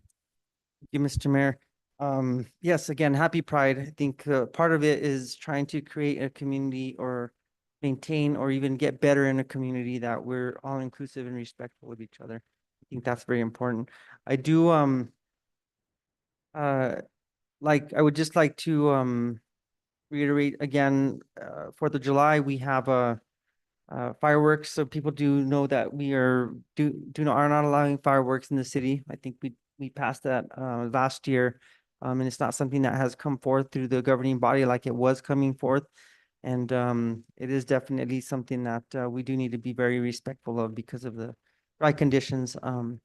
And I just want to also wish my daughter safe travels. She's coming back from Korea in the next few hours. And so I'm excited to see her come home. Thank you. Lovely. Have a good day. Thank you. I will mention a couple of things. Obviously, Pride is going to be, I'm told, the largest Pride celebration in the city's history. All of Team Santa Fe will be there in our T-shirts that Casey was modeling for us this evening with great sartorial splendor. We also do have a lot going on the 4th of July, from pancakes to fireworks, and please have fun and behave responsibly. Don't use your own fireworks. Come to the city's program that we work with the outstanding folks from Kiwanis who do just such a great job. It's always a wonderful celebration with music before the show and great community gathering. So better to come participate in that safe celebration than to do something that could potentially go sideways and either hurt somebody or be really a nuisance to your neighbors, or in the season we're in, accidentally set off a fire. So be very careful. I just wanted to put it out there. Just we are really such an amazing community. When I think about just the last few days, the events I've been able to go to, we are hosting the U.S. Hispanic Chamber of Commerce Summit on Energy. There are a large number of people from all over the United States, from corporations and organizations, who are here to talk about energy future right in our community. It's just another attraction that people want to come here. There's an amazing group of people gathering here in Santa Fe, a global organization that promotes change through storytelling. 60 or more people from different parts of this organization are here to talk about making Santa Fe a core city in this storytelling effort to work with young people and get them to talk, to find their own voice, tell their story, and then to connect with other young people in a spreading community of storytellers that builds empathy and leads to positive change. The fact that this is going on in Santa Fe and really doesn't generate a lot of comment is pretty much par for the course, because it happens every day in our community. And we shouldn't take it for granted. We shouldn't just assume that people know it. These folks are coming to Santa Fe because of the values that they see here, and the people, and the friendliness, and the sense of place that is unique to Santa Fe. So without any fanfare, we continue to bring people together in our own community and from outside. And it's a testimony to just what a remarkable community Santa Fe is. It'll be on display this weekend and on the 4th of July. Everybody have fun and stay safe. With that, Madam Clerk, we are moving along. What's the next item on the agenda? The next item, Mayor, is item 16, introduction of legislation. 16A is consideration of bill number 2024-8 and adoption of an ordinance sponsored by Councilor Amanda Chavez and Councilor Carol Romero Worth.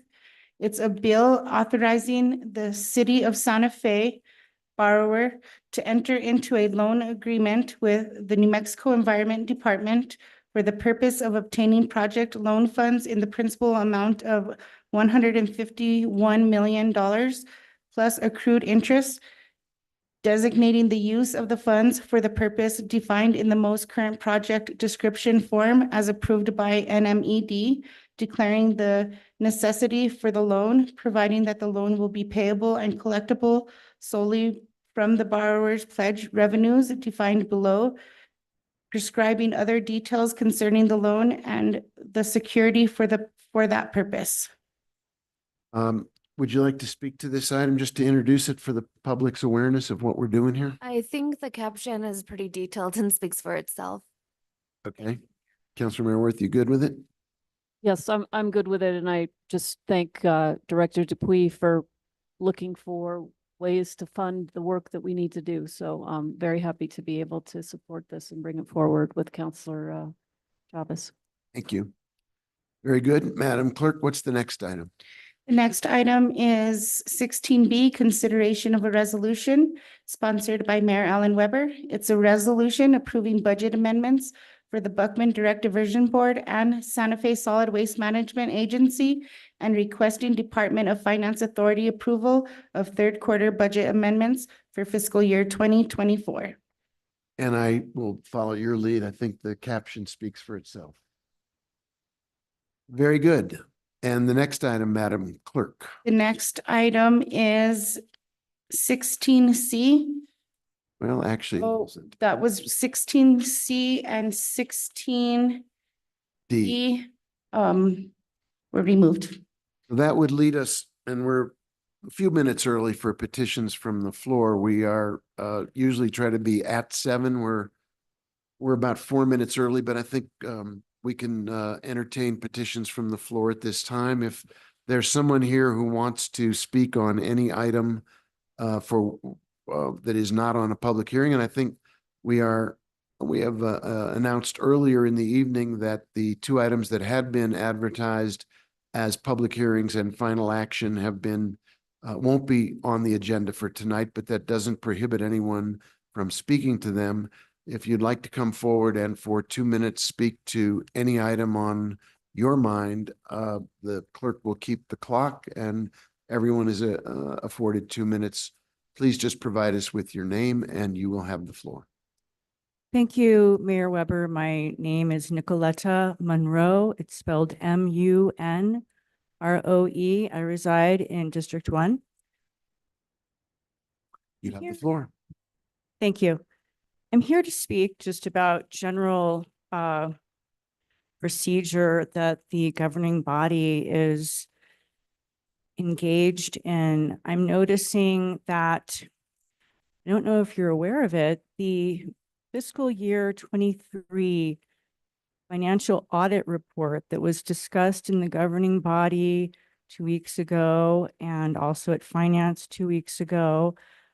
That would be June 12th for the governing body meeting and June 10th for finance. It's not on the website of the city. And I spoke with the city, a city representative a couple of times, once today and once yesterday to try to obtain that document, Mayor. And it's not on the website for some reason. You have copies of it. You were given copies of it from finance, and the copies that you have in paper form were not distributed to the public. And I want you to think about that because it may be that it's a violation of the Open Meetings Act because you're basically discussing the fiscal year 23 report without us, the public, being able to read it, with you. So please think about that. I'm also noticing that on the agenda, there isn't a separate item to approve and read the minutes. You're approving them on consent, and it was prior the custom here at this meeting that was a separate item on the agenda. It was not on consent, and it gave the counselors a moment to read the minutes before they were approved. So they were never on consent before that I know of. I'm speaking of before you were here, sir. Thank you. Very good. Thank you for the observations. Good evening, Mr. Mayor, councilors. My name is Daniel Williams. I'm a policy advocate at the American Civil Liberties Union of New Mexico, and I'm here to speak tonight in opposition to the proposed bill 2024-7 related to medians. Shortly after this legislation was introduced this spring, you received a letter from our legal director from the ACLU, as well as the legal director of the New Mexico Center for Law and Poverty. In that letter, we laid out serious constitutional concerns presented in the proposed ordinance. Critically, we do not believe that the precedent in Sandy City ensures the constitutionality of this proposed ordinance. But beyond the constitutional concerns, we have serious concerns that although this proposal is being brought forward in the name of pedestrian safety, it will have the effect of harmfully criminalizing our neighbors who experience homelessness or extreme poverty. Certainly, pedestrian safety is an urgent issue here in New Mexico especially, but we have not heard any evidence advanced that people occupying medians of a certain width is a significant driver of traffic accidents. And in fact, when we've looked at evidence in other municipalities, it has been shown that it's just the opposite, that is a very, very small portion of pedestrian accidents. Pedestrian safety and homelessness are both serious issues that require bold action. However, we feel strongly that criminalization is not the solution, but a further entrenchment of the problems that our communities face. We urge you not to pass this proposed ordinance when it comes before you. Thank you. Thank you.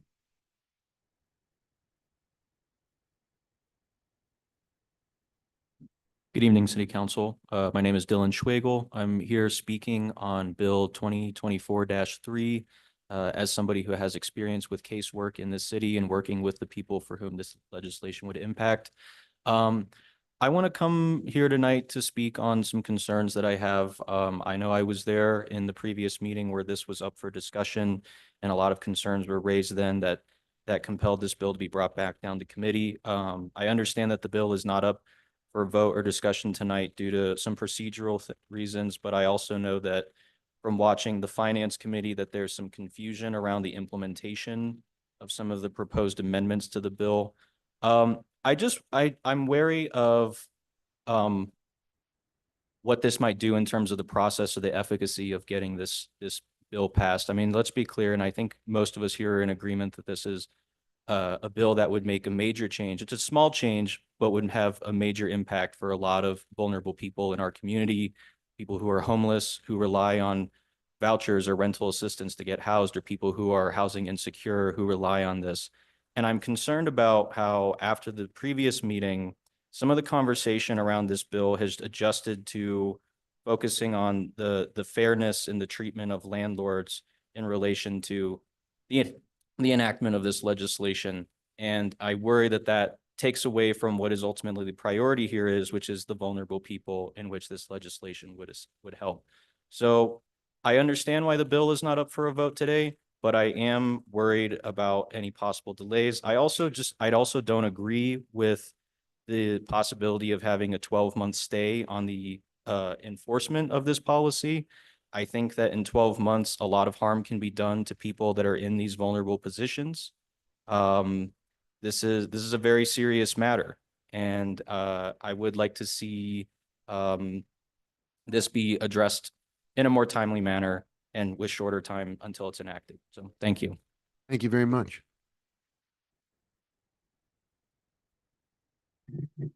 Good afternoon, Miguel Acosta, Healthcare.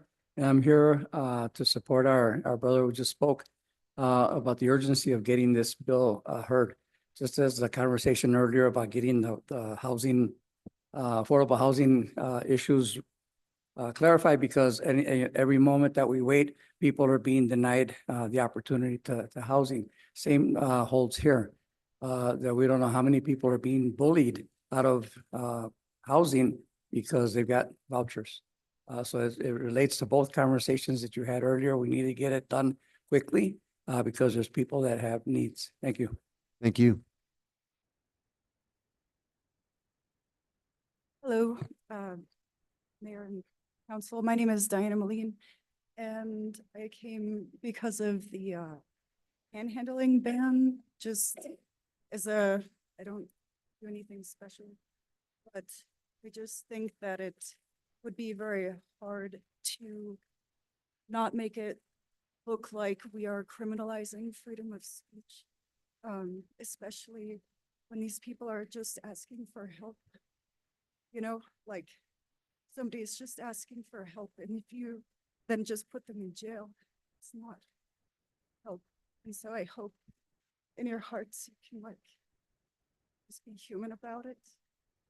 It's just, I mean, you take them to the jail and it's such a long way out there too. It's not gonna help these people not just go further down. That's Thank you. Hi, my name's Nikhil. I'm a proud member of the Santa Fe DSA, and I'd just like to reiterate the support that previous speakers have given towards prohibiting source of income discrimination and protecting tenants from wrongful evictions based on their sources of income and their status for qualifying for federal assistance. I think if you were to go into a grocery store in this city and the cashier were to ask you what your job was or what your source of income was before they let you go out with your groceries, I think that would be absurd. And likewise, I think if you're able to provide the funds, if you're able to match the rent that's being asked for at an apartment, I think it's very common sense that we don't allow landlords to put restrictions and discrimination against tenants that require federal assistance, right? I think that when we see this happening, it's often a way effectively to enforce forms of segregation. It's one of the things that causes displacement at the mass scale in many of our communities. We're already seeing it happen across many parts of the state. And the sad thing is Santa Fe is already behind cities like Albuquerque and Las Cruces in really fighting this kind of discrimination. Albuquerque and Cruces, they may be larger cities than Santa Fe, but per capita, they have a lot less money at their disposal, right? They have a lot fewer of, the levels of wealth inequality that we see, where Santa Fe at the same time has some of the wealthiest neighborhoods in the state of New Mexico, and also some of the most in need. And I think that that's really a tragedy and an injustice that we have a responsibility to address. And I think addressing this form of discrimination, it's only a start, but I think it's a very, very important step that the city council needs to take. Thank you. Thank you.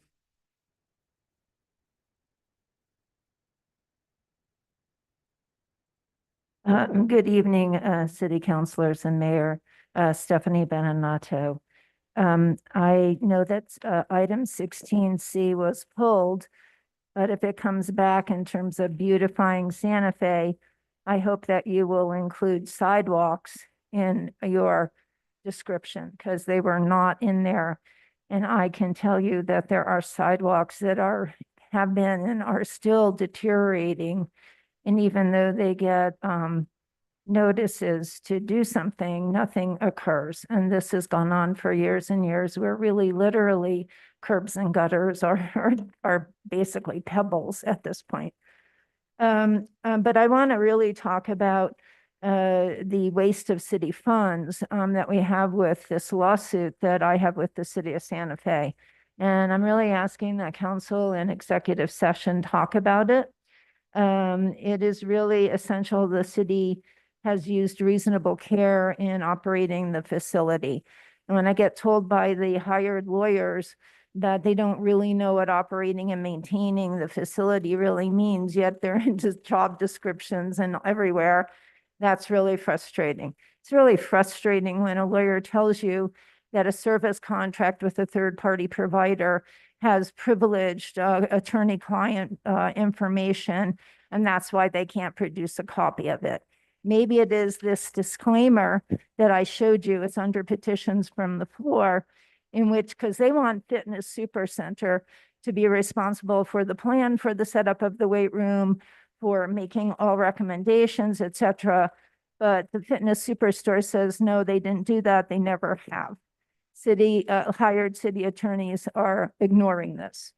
And the disclaimer again really tells you that Fitness Superstore is not responsible for the operation and maintenance. It's the city staff. So I'm asking that you request that Ms. McSherry and the hired city lawyer will sit down with me and have serious settlement discussion. Thank you. Thank you. Good evening. My name is Elaine Sullivan. I'm here for two reasons. And the first is to thank this body. I believe your job is incredibly challenging and hard and often thankless. And that doesn't add up to fair for me. So thank you for your leadership. My other reason for being here is about our housing crisis and all bills that you're considering now and in the future related to this. There may be resources out there for us. And so after thanking you, I'm now perhaps asking you to add something else to your overflowing plates. Last week, I hope some of you were able to hear Greg Colburn, who was here from the University of Washington to promote his book, Homelessness is a Housing Problem. He, for some people, that term is a no-brainer. But for many other people, there are all kinds of stumbles about why we have homelessness, who's responsible, are people to blame who are in fact living on the streets? What about all those individual vulnerabilities like addiction and mental health issues? What Craig Colburn does in his extensive research is debunk a lot of those assumptions that stop us, that suggest what are symptoms instead of root about why we have a housing crisis. The biggest takeaway for me is we are not yet deciding to invest enough in our housing crisis to get on the other side of it, to invest up to scale of what the problem really is. And until we decide to do that, we'll be applying Band-Aids. The other potential resource, and I hope if Greg Colburn's work is applicable to Santa Fe, please access him. Another potential resource, next week, I think all of you have been invited to an event on Tuesday evening when the former mayor of San Antonio, Texas, will be here. And he and his wife will be talking about some successes they had in San Antonio. I don't know if they'll be applicable for us, But my request is that you find the time and the energy to access resources that may help us think creatively. Thank you very much. Thank you very much. Good evening. My name is Kathy Rivera. I'm a resident of District 1. I had intended to speak on the median, proposed median ordinance tonight, but since it was delayed, I took my notes to the car. So now I'm kind of ad-libbing. However, I wanted to suggest that perhaps you all do a better job at explaining what this is and what it is not. Last time I was here, I met some people. They were disappointed that the hearing was delayed, and they said they were afraid that they were going to get ticketed because they were taking too long to cross the street. Tonight, I heard the word jail. I think we all know that maybe those words are probably not part of this proposed ordinance, I'm assuming. But I think that would help the public in understanding what you're trying to do, what the background is, what it is and what it is not. And I think that might help calm a lot of people. That's a recommendation. You will be hearing from me. You remember the last time I was here, I showed everyone a picture. I'll be bringing that picture back and having more discussion on it. If you guys are still looking for data, if you're still looking for one data point, I have three at that very intersection. Deaths that have happened in that very intersection to pedestrians in the last 5 years. So I wanted to thank you. I just wanted to give a recommendation for better what is versus what it is not. Thank you. Thank you very much. Anyone else in the chamber tonight who wants to take the opportunity to speak to the governing body on any matter? Madam Clerk, are we having folks waiting in the Zoom room? If the attendees in the Zoom room would like to speak, if you could please raise your virtual hand.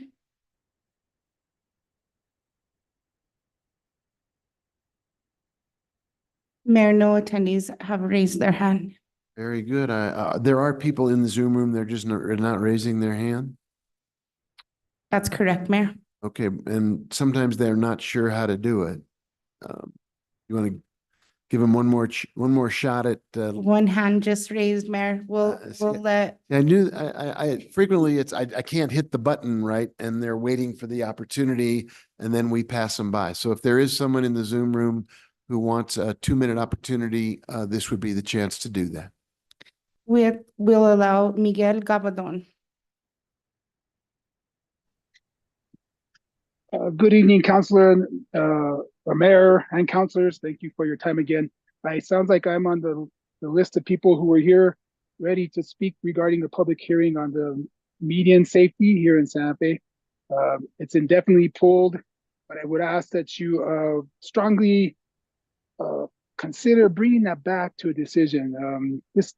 I don't see this as I know it's an issue with panhandlers, maybe those unsheltered who are in medians, but when you see an individual in a back-to-back curb median at Richards Avenue by Walgreens lose her balance and fall into the lane of traveling vehicles, you only know that there is a safety hazard. And at some point, whether the statistics are high or low, an individual is going to be struck by a vehicle. And we just need to continue to look at that. Maybe the issue of punitive actions is not appropriate, but we just need to make sure that activities are adjacent to moving vehicles by people on their feet or on wheelchairs are in a safer location than a back-to-back curb or anything less than 3 feet. So please don't let this fall through the cracks because of a lot of complaints. I know I'm nothing compared to the ACLU and their concerns that they bring forward, but it just takes that one person who loses her balance and gets struck by a car. Not only is a person injured, possibly killed, but what happens to what are the psychological impacts to the driver who is abiding by the laws and carefully driving, but all of a sudden takes someone's life. We also have an item on the bill on the agenda regarding park maintenance. I'm looking forward to seeing how that proceeds. And remember that the parks are a place that families, children, youth organizations all want to go to. And hopefully we are able to go in a better direction than we've experienced the past couple of years. That's it, and we'll see where the rest of the meeting goes. Thank you for your time. Thank you very much, and I'm glad you were able to get your hand raised in a timely way. Anyone else, Madam Clerk? We have one other attendee, Joy Brady. If you would like to speak, you have the opportunity.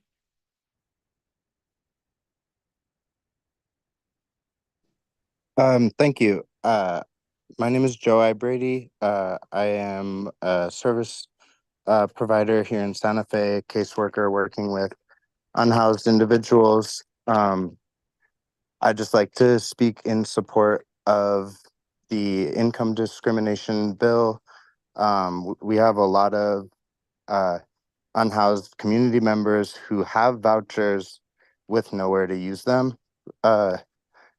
Also, I'm strongly opposed to the median safety bill. There,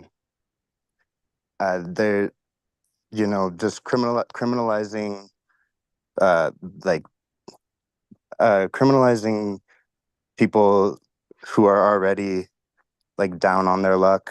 It's, I just don't think that it's a good way to go about this. But thank you. Thank you very much. Anyone else, Madam Clerk? Mayor, there are no other attendees. Okay, next item on the agenda. I believe we are done, Mayor. Believe we are done. I believe we are